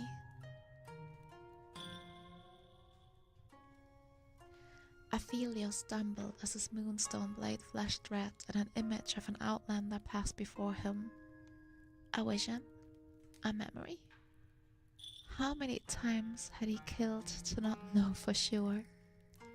The blade slipped from his hand, and Aphelios soon followed, colliding against the floor with no weapon to lead him, losing grasp of his discipline. It had all come back. Everything he pushed down, every cut of his blade into his enemies cut even deeper into himself. Alune, his sister, she'd reached across the veil, she'd shown him, but she'd been torn away. Aphelios pushed troubled words he would never say back into his throat. His fingers tightened into a fist, only for a moment, ready to strike against the orbits and destinies carved into stone, but hand shaking, he let go. As Ophelia stood and swept back his hair, he noticed the moon had risen, its light shining onto a shrine he kept deeper in the temple, calling to him as it did whenever he was needed. It was time. His faith would be rewarded. The Lunaris' power was growing, phasing across the celestial veil, a magic of spirit, of the secrets within, for all of his training. Aphelios could not channel the moon's power himself, but he would not need to.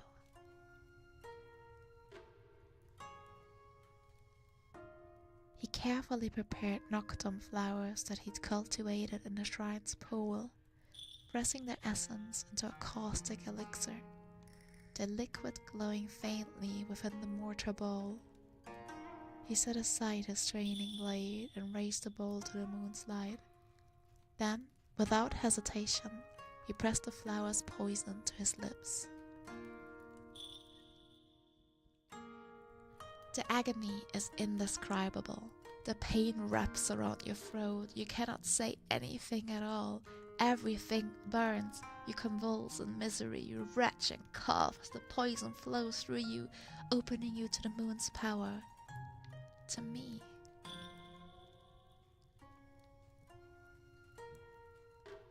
Aphelios, I whisper from my fortress, and my spirit brushes against yours. You sense my presence across the veil. You raise your hand, knowing that I am too far. That is the pain you must hold on to. You close your hand around it. It becomes your weapon. I send it to you, Gravitum. Aphelios, I whisper as I feel you cling to the poison that burns you away, knowing why you make this choice, what I ask you to sacrifice.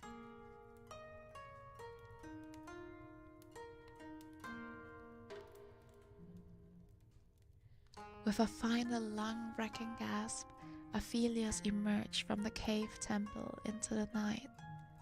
His expression hardened as he fought back the wrenching agony, embracing it and leaving everything else behind him. Mount Targon loomed above and below the temple, stretching in both directions. The howling wind whipped up frozen wisps that shimmered as they faded, dancing with Aphelios' scarf and buffeting his cloak. The light of the moon shone higher still. It would guide him. It was her light, shining through the moons. She'd given him what he needed. Gravitum was more than a moonstone blade. In training, he had slashed, stabbed, twirled. To use this weapon, he would do the same, but his reach would be much greater. A simple thrust would unleash its power, his skill, and her magic converging.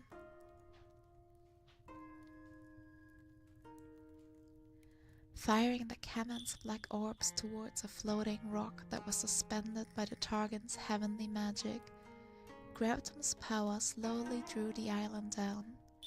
With a single leap, Aphelios began running atop the island, his boots casting small drifts of snow into the abyss. Each orb he fired drew another rock close, the floating monoliths colliding behind the excuse me, Haru, I'm reading here. You wanna sit down, sweetie pie? Sit down. Come here.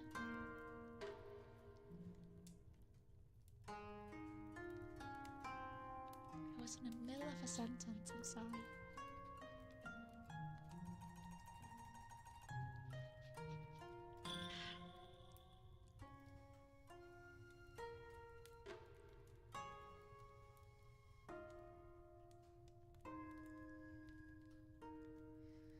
Each orb he fired drew another rock close, the floating monoliths colliding behind him as he leapt from one to the next, swiftly scaling a mountain that would take most people days to climb, if they attempted to climb at all. Only the Solari and those who sought power held vigil here. He passed the settlements below, each quiet and ignorant of the night. For years he had wondered how Solari zealots could deny his faith's existence, walking their paths to follow the sun, fearing darkness that only Lunari dared face. But his destiny was clear.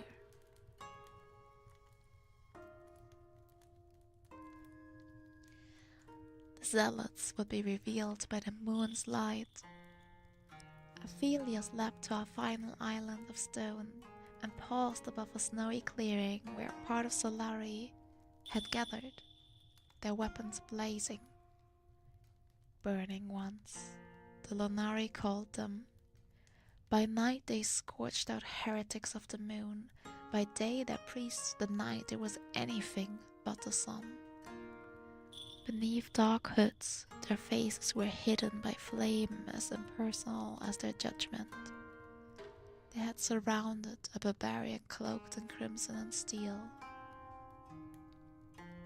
The outlander he'd seen in his vision. The moon's light stopped in his clearing. It stopped at the barbarian's feet.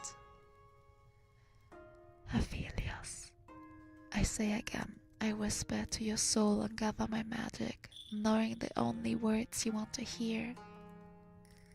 I am with you.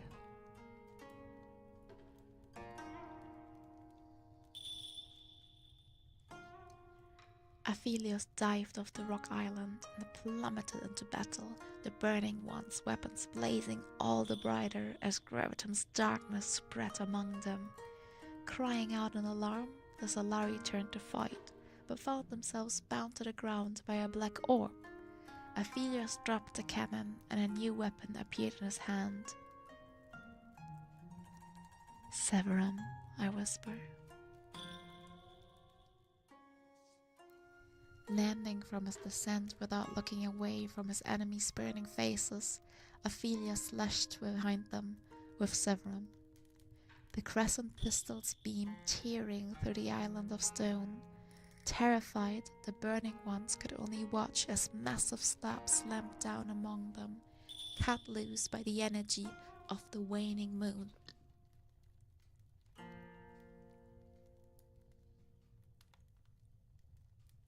The survivors quickly spread across the clearing, lashing at Aphelios with their molten spears.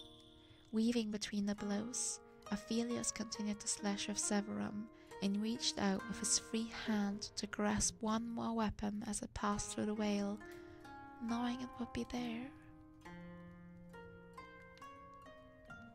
Crescendum, I say to the night. With a soaring arc, Crescendum cut through the throats of the remaining Solari in the clearing. Aphelios catching the moonstone blade as it twisted around and returned to his hand. In seconds, it was over. I really relate to the bad guys in the story. How? Oh, as a melee player, I know what it's like to try to kill Aphelios. I think he's kinda cool, but I could never play him.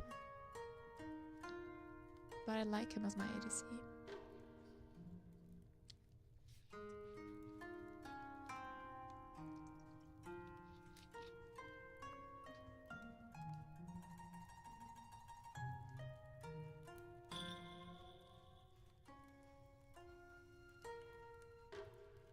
$200 years of game development.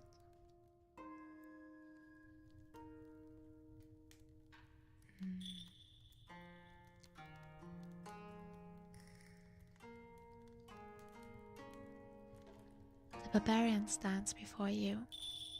He looks up gratefully. Beside him, what the burning ones sought, a scimitar curved Did Alexa just react to Barbarian?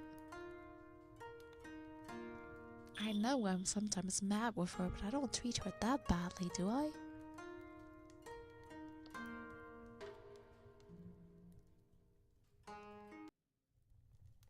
Crazy.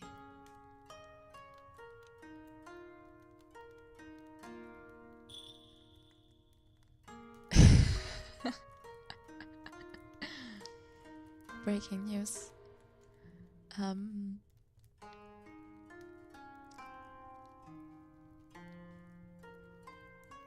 He opens his mouth to thank you, but he sees your expression twist, though you try to hide it.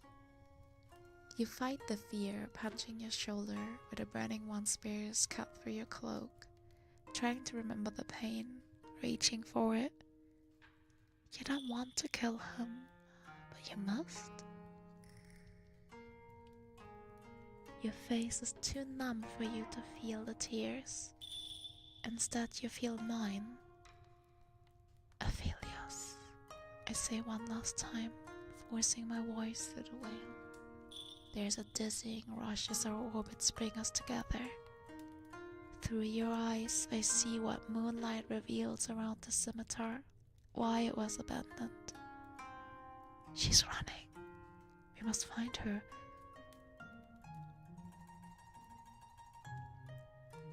The crimson-clad barbarian lay in the snow among the Solari.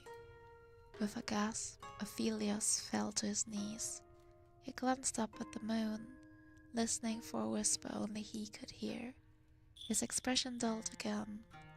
Without a word, he picked up the scimitar and walked into the night. Damn! Is that Diana's scimitar? Isn't she using scimitars? It's a funny word, by the way. Scimitar, scimitar, scimitar, yay. Scimitar.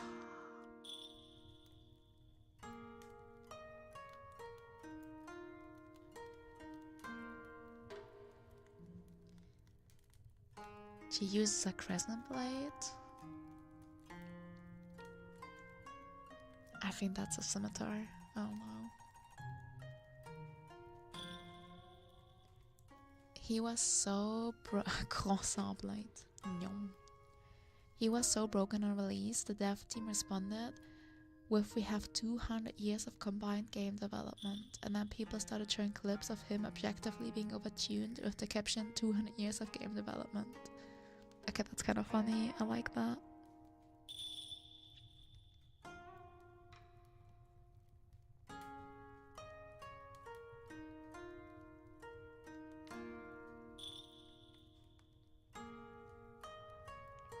I saw something Kier said earlier that made me laugh. I don't think I read it out loud. The fact that that me reading this makes you like find out new champions or something like that. I think that was hilarious.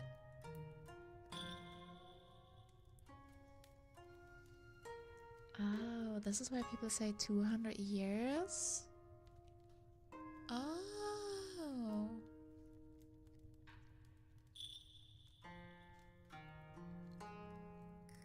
I get it.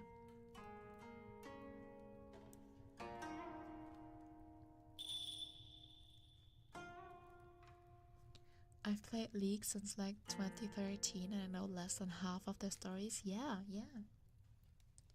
I had no idea about any, for example. I had no idea about Alistair, Akshan, no clue. Like, I don't know any. Ooh, Anidia's working. Nice. Let's do her fast before she stops working again. Oh my god, wait. Do you think it worked? Drew 11. Drew motherfucking 11. You're the man. It's like he knew.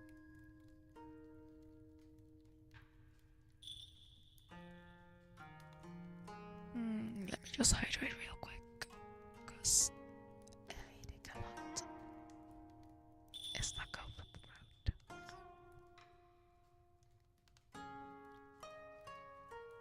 Hi Kropsda.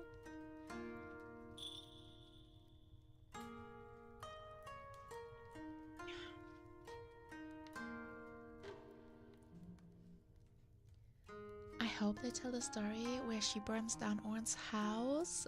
What? And Nivea does that?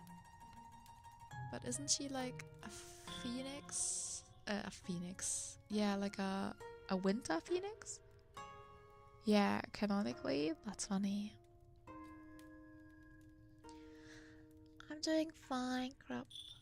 I had a long day at work. And I am looking forward for bed tonight. Cryo Phoenix, yeah, it says that. And Nivea the Cryo Phoenix. That will be nice today. Yeah.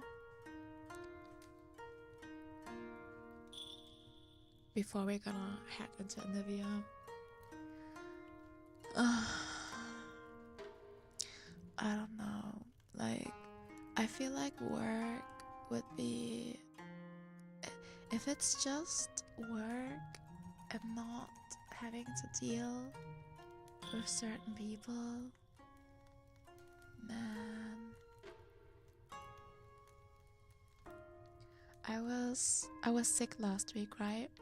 So I stayed home for a couple of days. I didn't go to work, so I really just needed to rest. And I went back now, obviously, and my bestie coworker, who I love dearest, I really do, was complaining about the other coworker, the one that was causing so many problems. And it's just like everything she says is valid, you know? Like every complaint is so valid. But I get so tired of the act of complaining and the act of listening to the complaints in itself. I don't know if you guys can relate to that.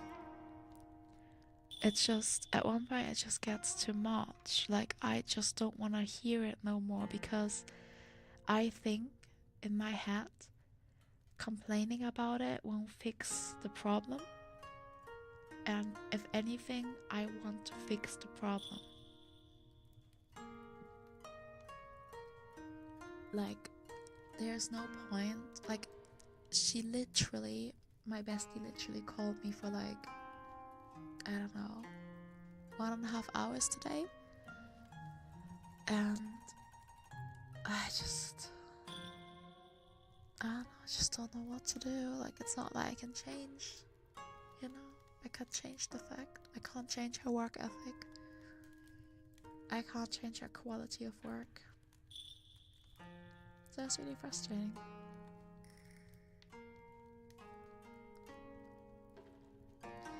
I can't. I used to complain about a coworker a lot, and the manager blew up and said, "Okay, are you ready to put in a complaint then?" And I realized he was tired of hearing us complain but not doing anything about it. Yeah. That is kind of, that's what I'm thinking about it too. Like, if all you can say is complain about this person or complain about the situation, then do something. Anything. Open your mouth to people that can make a change. But I'm in the same boat as you. Like, I can understand complaining every now and then, but eventually it just becomes as annoying as the actual problem. Exactly. That's what I think, at least. And it disrupts me. Like, today I was very busy. I still have a trainee at work that I'm looking for. That's, you know, that I have to double check. I have to give them work. I have to explain stuff to them. I still have the team lead role till May, so I still have a lot of extra stuff. And because of me being sick, I had a lot of work in general that was just left, you know. And I just today, I don't know. I really just wanted to like not be available for calls.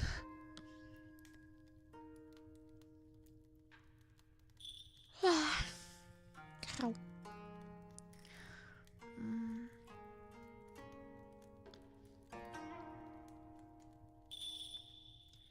Our trainee came in today reeking of whiskey. Oof. That's a problem, to say at least. Yeah, you need a day to just get on with it and have less at it. Exactly. Exactly. I'm so happy tomorrow's home office. But we have like 2-hour meeting. I don't wanna.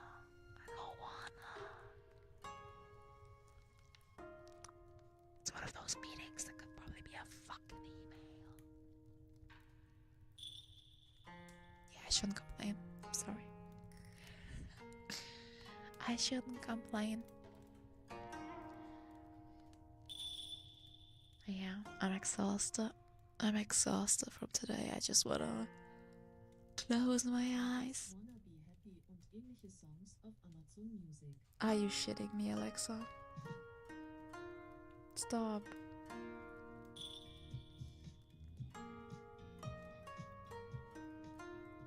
Alexa, stop.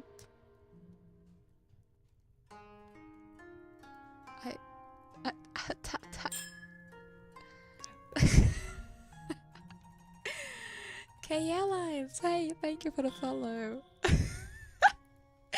What did you just start playing? Some Be Happy song. I don't know.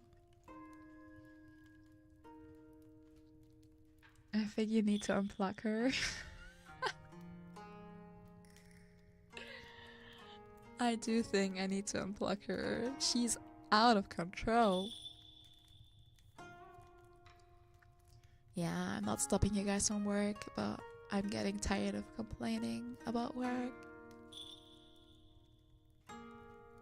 You got a 3 stream strike? Yo, let's go.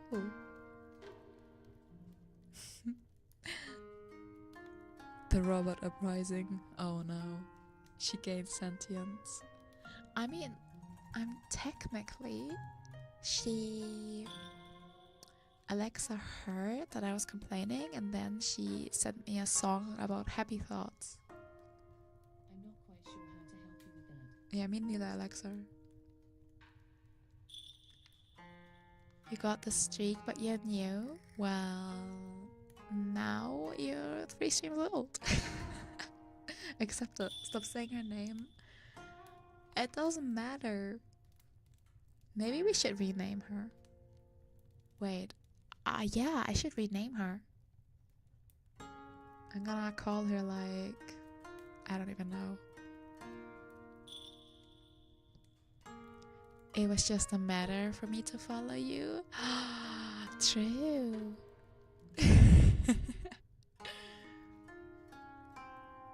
Renaming her chat, I think that would be, yeah, no, counterproductive. Very counterproductive today. Alright. Bubblegum? I was more thinking of like... No, wait. No, that was a dumb thought. That was a dumb thought. I'm not gonna finish that. I'm a dumb girl. Alright, let me hydrate and then we're gonna go and head into Anivia. A proper name like Ursula. Your voice is so deep it tingles me. Oh my gosh. Thank you. I hope it tingles in the right way.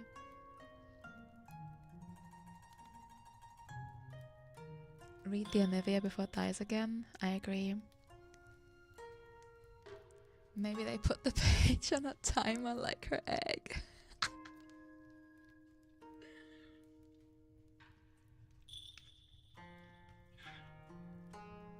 amazing.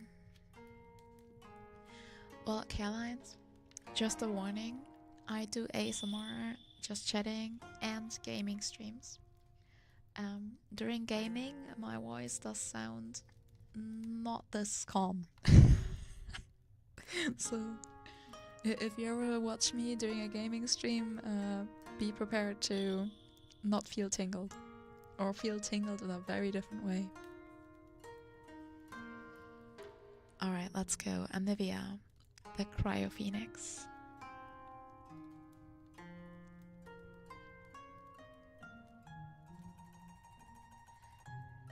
Anivia is an ancient Freylordian demigod who represents the eternal circle of life, death and rebirth.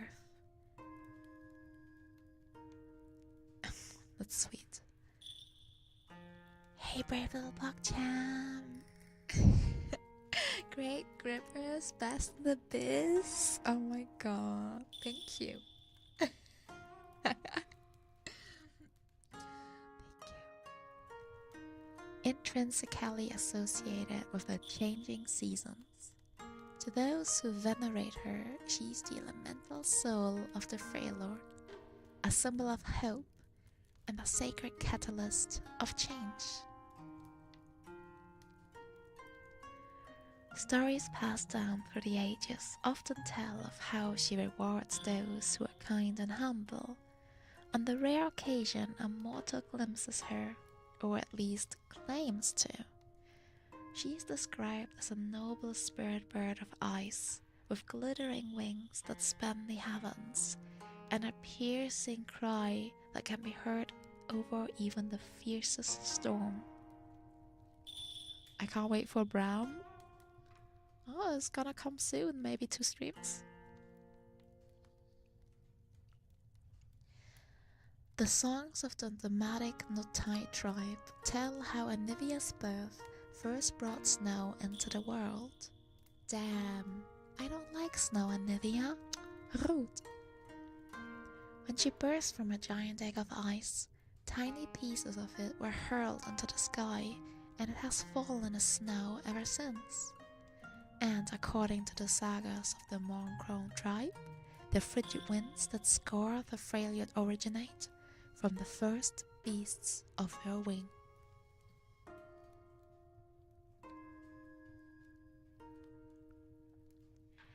Indeed, the full power of winter is Anivia's to command, and to those who seek to desecrate her homeland, she is a bitter foe. When roused to anger, she can cleave fortresses and mountains, and her screech can summon blizzards cold enough to shatter steel. One of the most enduring and respected beliefs is that Anivia's greatest gift to the Freljord was the creation of true ice. Infused with elemental magic, this unmelting substance is pure and potent, and the greatest seers and ice mages have long strived to use shards of true ice to amplify their might, while weapons that have even a tiny sliver forged into them are deadly beyond belief.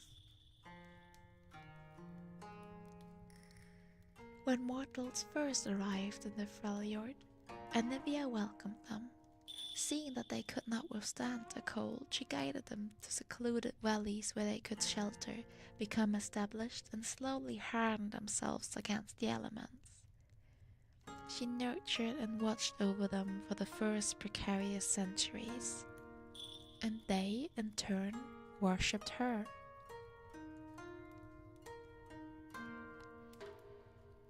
Anivia hoped that these newly arrived tribes would remain unified in defending the Freljord from outsiders.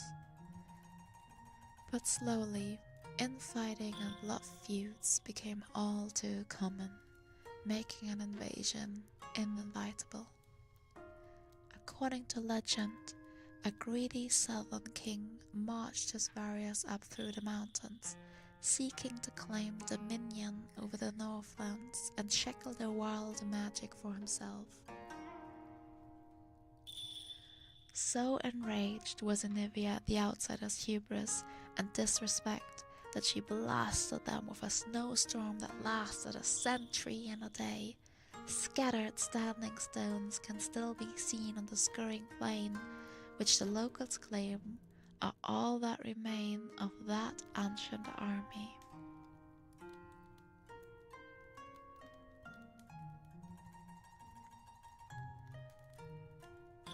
Other tales include the Avarosan legend of Ulla Shadowspear, an iceborn warm mother who has favored by Anivia for saving a young hog from a rime-fang wolf. Across her lifetime, the Cryo-Phoenix protected Ulla from harm, and when she finally fell in battle, having witnessed almost 100 winters, it is said that Anivia welcomed her with wings spread wide. A century in a day, that day was really about sending a message.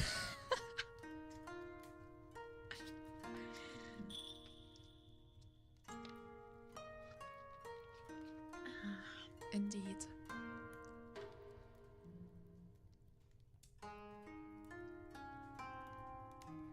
If all these legends are true, then Anivia must have witnessed the rise and fall of countless mortal civilizations.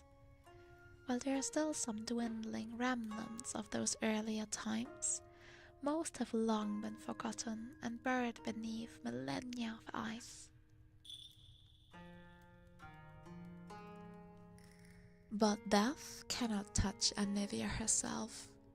The sagas speak of how she has been struck down and slain a handful of times throughout history, though she is always reborn. For as long as the Freljord exists, her soul is immortal. While it may be hundreds or even thousands of years before she rises again, each rebirth coincides with the dawning of a new era. Thus her appearance, while regarded as a wondrous blessing, is often the harbinger of something terrible on the horizon.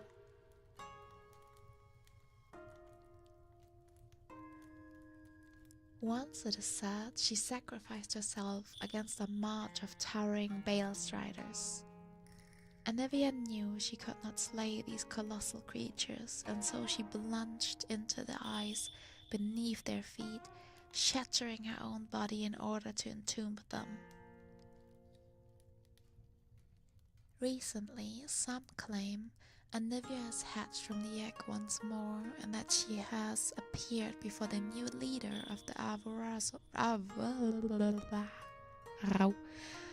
Avarosans, the War Mother Ash. War Mother? I didn't know that was her title. In her paths, Anivia sees one who may be able to finally reunite the Freljord. Yet if the Cryo-Phoenix has indeed returned, as more and more shamans and spirit walkers proclaim, then it must be asked, what great threat has she come to face? Okay. Nothing about Orn in here, but we can go to him from here. So maybe there's something in her story. I see volleyball mentioned. She doesn't have a story either.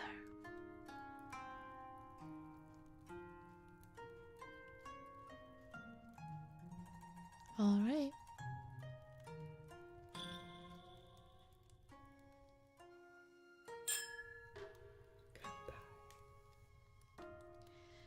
They are the 3 demigod siblings of the Freljord. Volibear, Orn, and Anivia. Welcome, River Cocoa. Ouch, ouch, ouch. Stop. Yeah, they call each other brother and sister. Oh, I didn't know that.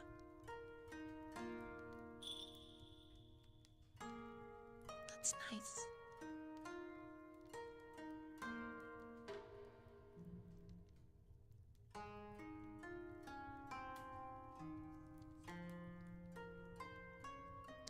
Don't ask how Volibear made the first river. I hope he didn't pee in it.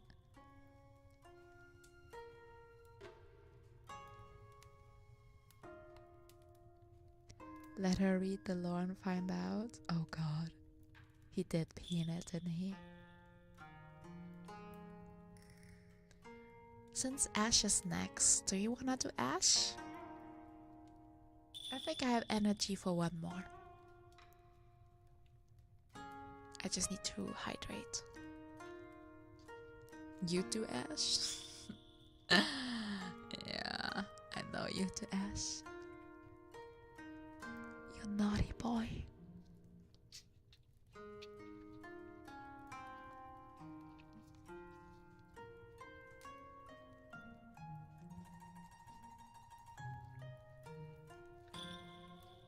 Your first skin was Amethyst Ash? It's so funny. When I invited you to play League, we went in a match and I had Lux, I think. And I'm okay on Lux. I don't know. I'm not a huge fan. But you know how Lux has like a quadrillion of skins? Since I don't really play her that much, I was like, oh, I don't even have a good skin, right? So I was like scrolling through the skins. Bam, all of a sudden, I see that I have the Elementalist Lux skin. You know, the super like cool, expensive one. Because I randomly gotten it in like one of those chest thingies. But I forgot about it because I don't play her.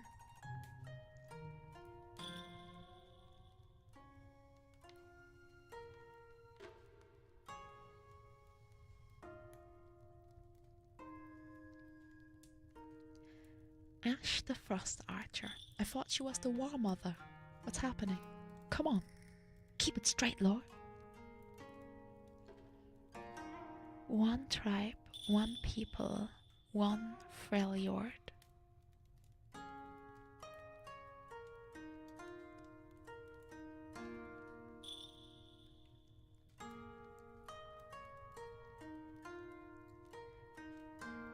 Ash hails from the northern Freljord, where brutal tribal raids and interclan warfare are as much as a part of the landscape as the scream of the frozen winds and the unyielding cold of the tundra.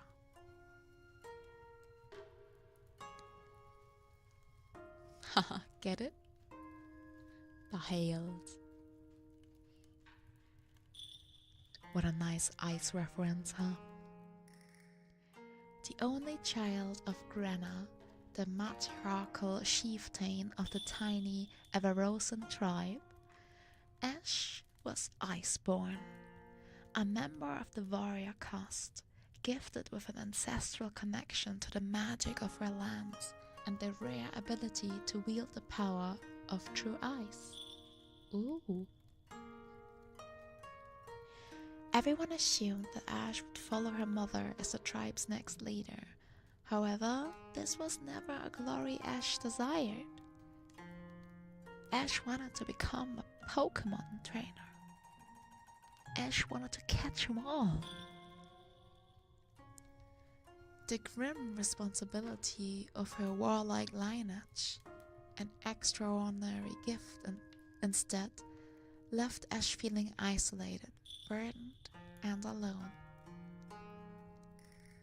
Her only respite was when Sejuani, an iceborn girl from a sister tribe, would stay with them for the summer hunts around the Orncal Rocks.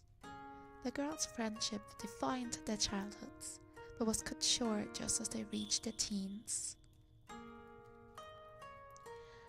Somehow, Grenna had offended Sejuani's grandmother, and the fellowship between their tribes ended suddenly.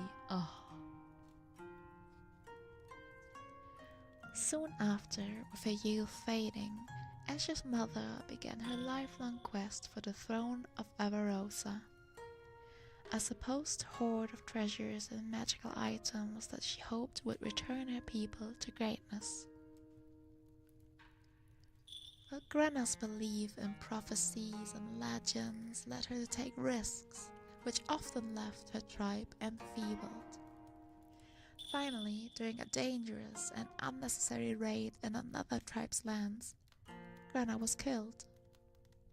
Her sudden death left young Ash on the run, while most of her tribe was wiped out. Whoa!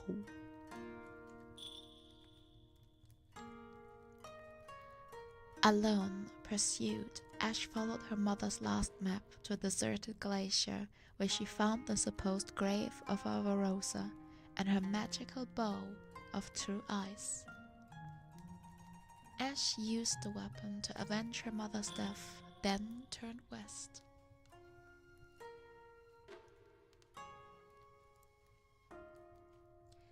Whether it was out of duty or loneliness, Ash gained a reputation by protecting the many scattered half-bound tribes she encountered. She spurned the customs of taking thralls and instead chose to adopt these desperate people as full members of her new tribe, and her fame grew quickly. Soon many began to believe that she did not just carry the weapon of Avarosa. Ash was the legend herself, reborn and destined to reunite the Freljord. But tall tales would not feed her followers, and their long march south left the tribe on the verge of starvation. So Ash leveraged the myths surrounding her, using them to form alliances with the powerful and land-rich southern tribes, promising to unite them into a nation capable of challenging neighboring kingdoms. These new alliances brought new dangers, and Ash quickly found herself at the center of a political feud. A war mother, as Freljordian tribal leaders are known, was expected to avenge, and taking a husband from one of the major tribes would anger the others. Ash could take several husbands, but this would only bring the conflict to a boil within her own household, and the ensuing bloodshed would shatter the alliances she had fought to build.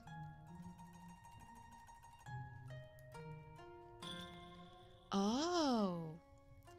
Her answer was an impoverished vagabond from a mountain clan that had been nearly wiped out, the warrior Tryndamere.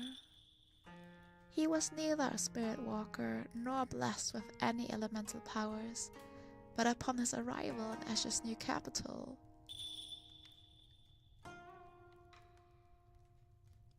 Tryndamere had thrown himself into every dueling ring he could find.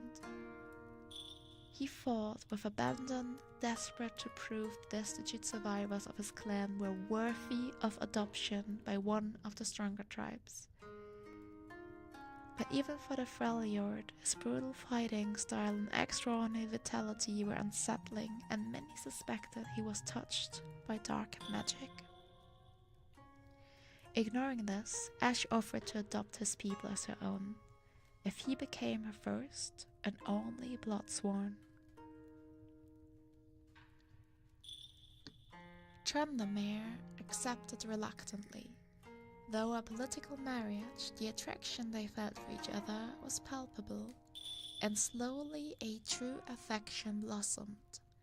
Now Ash stands at the head of the largest coalition of Freljordian tribes in many generations. Even so, the unity she would bring rests upon an uneasy peace, threatened by eternal intrigues, foreign powers, the growing violent horde of the Winter's Claw, and as opposed to destiny that Ash must at least pretend to believe.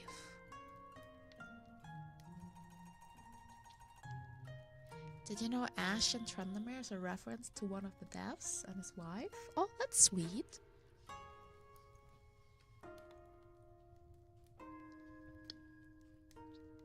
Should have left him die. Fuck that guy.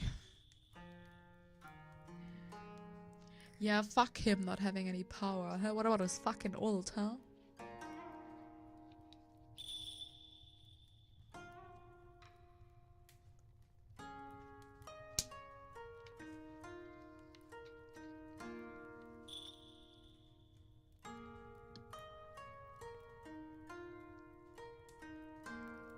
The Harder Path by Lillian Harrington.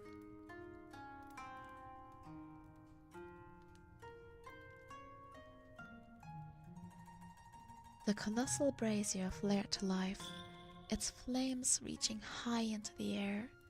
In times past, the gathered tribes would use this as the mark of the festival's beginning.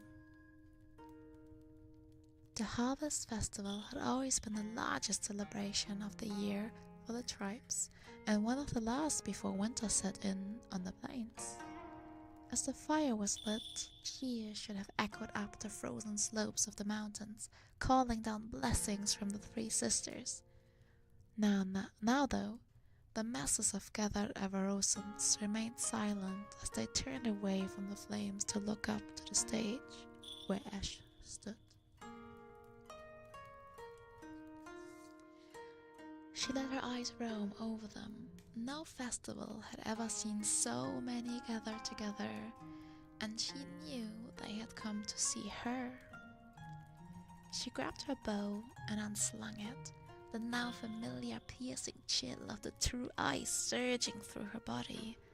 The cold was still painful even after all her time with the weapon, but now she welcomed it, using it to focus and block out distractions.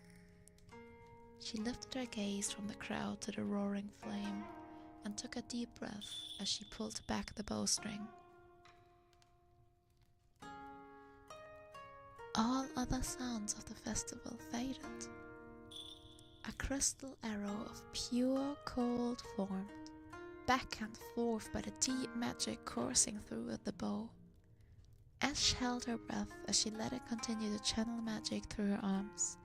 The temperature on the stage plummeted, frost creeping out from beneath her feet. When the cold threatened to finally overwhelm her, she releases her breath and let the arrow fly. It arced high over the crowd and slammed into its target with a deafening crack. In an instant, the brazier was frozen over, the dancing shapes of the fire enveloped by the spreading ice. The setting sun shone through the crystallized flames and onto the crowd below, and finally the cheer broke out. The crowd invoked the blessings of the three, Lysandra, Cyrilda, and Avarosa herself, reincarnated in Ash. Ash kept her address short. Avarosans, never before has a harvest festival seen so many. Sit with your kin from across the snows. We are one family now. Eat, drink, and enjoy. Ohana. She smiled as the crowd cried out her name. She raised her bow high, and the cheers rose higher in response. Inwardly, she grimaced. As so often, she wondered if it was her leadership that drew them all together, or the weapon she carried. It was the symbol of Avarosa, and many in the Freljord believed that, as its wielder, she was Avarosa reborn. Ash slung the bow over her shoulder and shook the thought. Why they joined wasn't as important as why they had become. She hopped off the stage and moved into the crowd as they disappeared to feast leaden tables. The boisterous tribes mixed together, sharing food, drink, and tales of hunts past. The stone peaks described the warm yet treacherous southern mountains. Ash cheered with the others when Red Snows recounted the defeat of the Noxian warbands that had tried to advance inland from the coast. A warrior from the Ice Veins, storied blizzard walkers one and all, clapped Ash on the back as she passed, sending a strange chill through her. All these and more had responded to her call and joined the festivities. All had pledged themselves to the Avarosans, and each tribe needed her to be something different. A prophet, a savior, a mediator, a war mother. Ash would be them, Ash would beat them all if she could.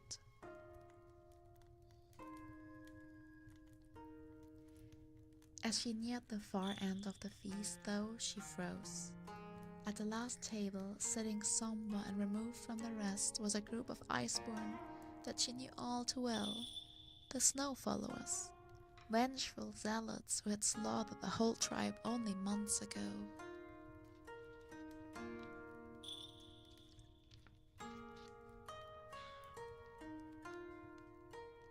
A tribe whose only crime had been joining the Avarosans.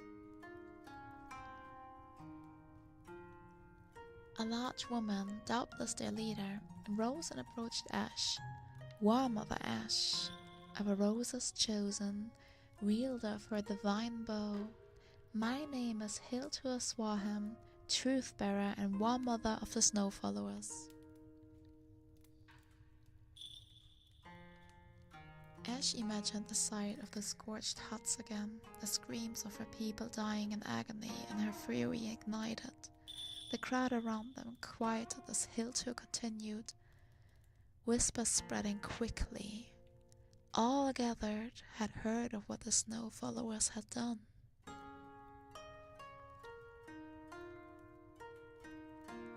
We swore an oath that no faith traders would ever again follow those falsely claiming to be of a Rosa reborn. Your warriors fought bravely, but not well. She unslung a large war axe from her back, its blade coated in a thin but clear layer of true ice. A true iceborn, she bore the discomfort of the weapon's chilling effect silently. Ash measured the woman's wide stance, counted the few steps between them. Dried blood matted Hiltur's armor, more of a rosen blood. Ash's muscles tensed as she prepared to move. She was ready for an attack. What she was not ready for, however, was for the War Mother to kneel, lower her head and offer up the war axe with both hands.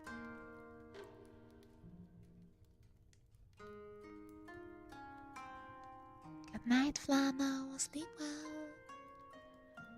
Forgive us, War Mother Ash. I did not know then what I do now.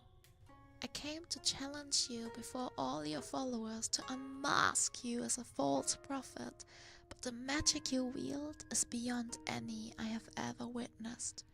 None can deny that she speaks through you. I offer you my axe, Youtbane, and my head.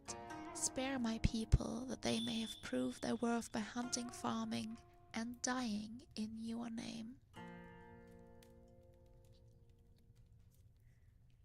Each of the gathered Snow Followers followed their War Mother's example, kneeling in the interference. At once, voices from the crowd called for vengeance.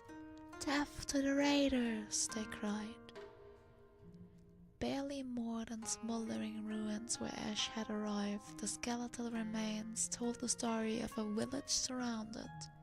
The few warriors had been easily identified, for their bodies were untouched by fire, but hacked down and left for the crows. The rest of the tribe had hidden in their homes, praying for mercy, or simply a quick death. They received neither.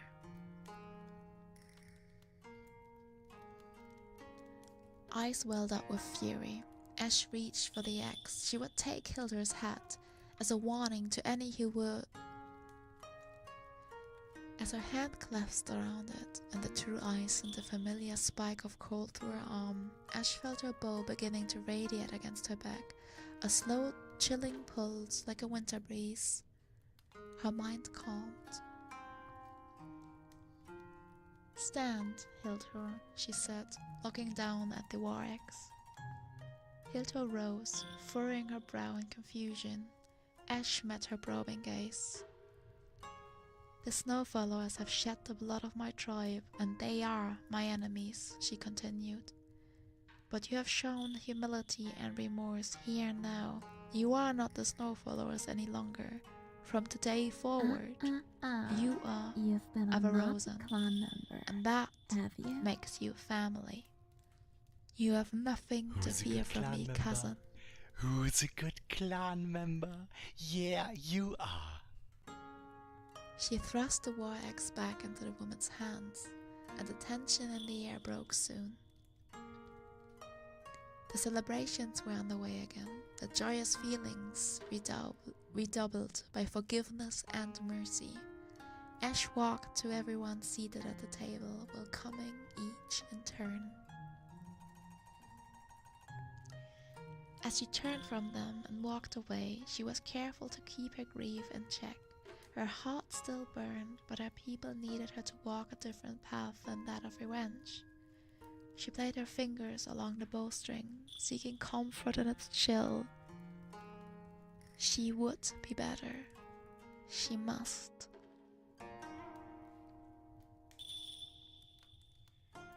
Hello there, Yuriko. Hi, Meepox. I hope you guys are having a good Tuesday.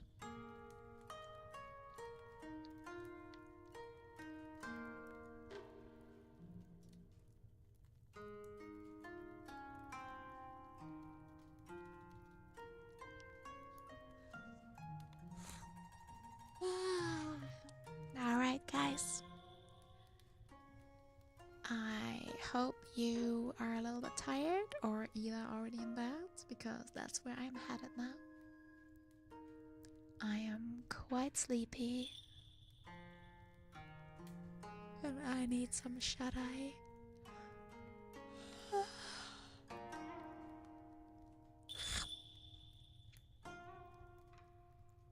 Well, thank you guys for listening.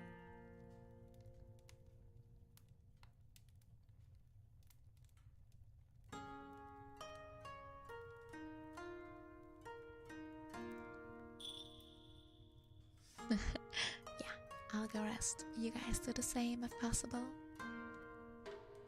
Thank you, Wealthy. I appreciate that so much.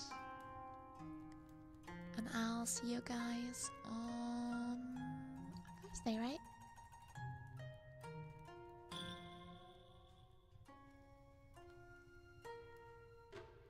Yeah, true. You're finally off work now too. Alright, I'll see you guys on Thursday for some more Fatal Frame. Have a good one, everyone. Sleep well.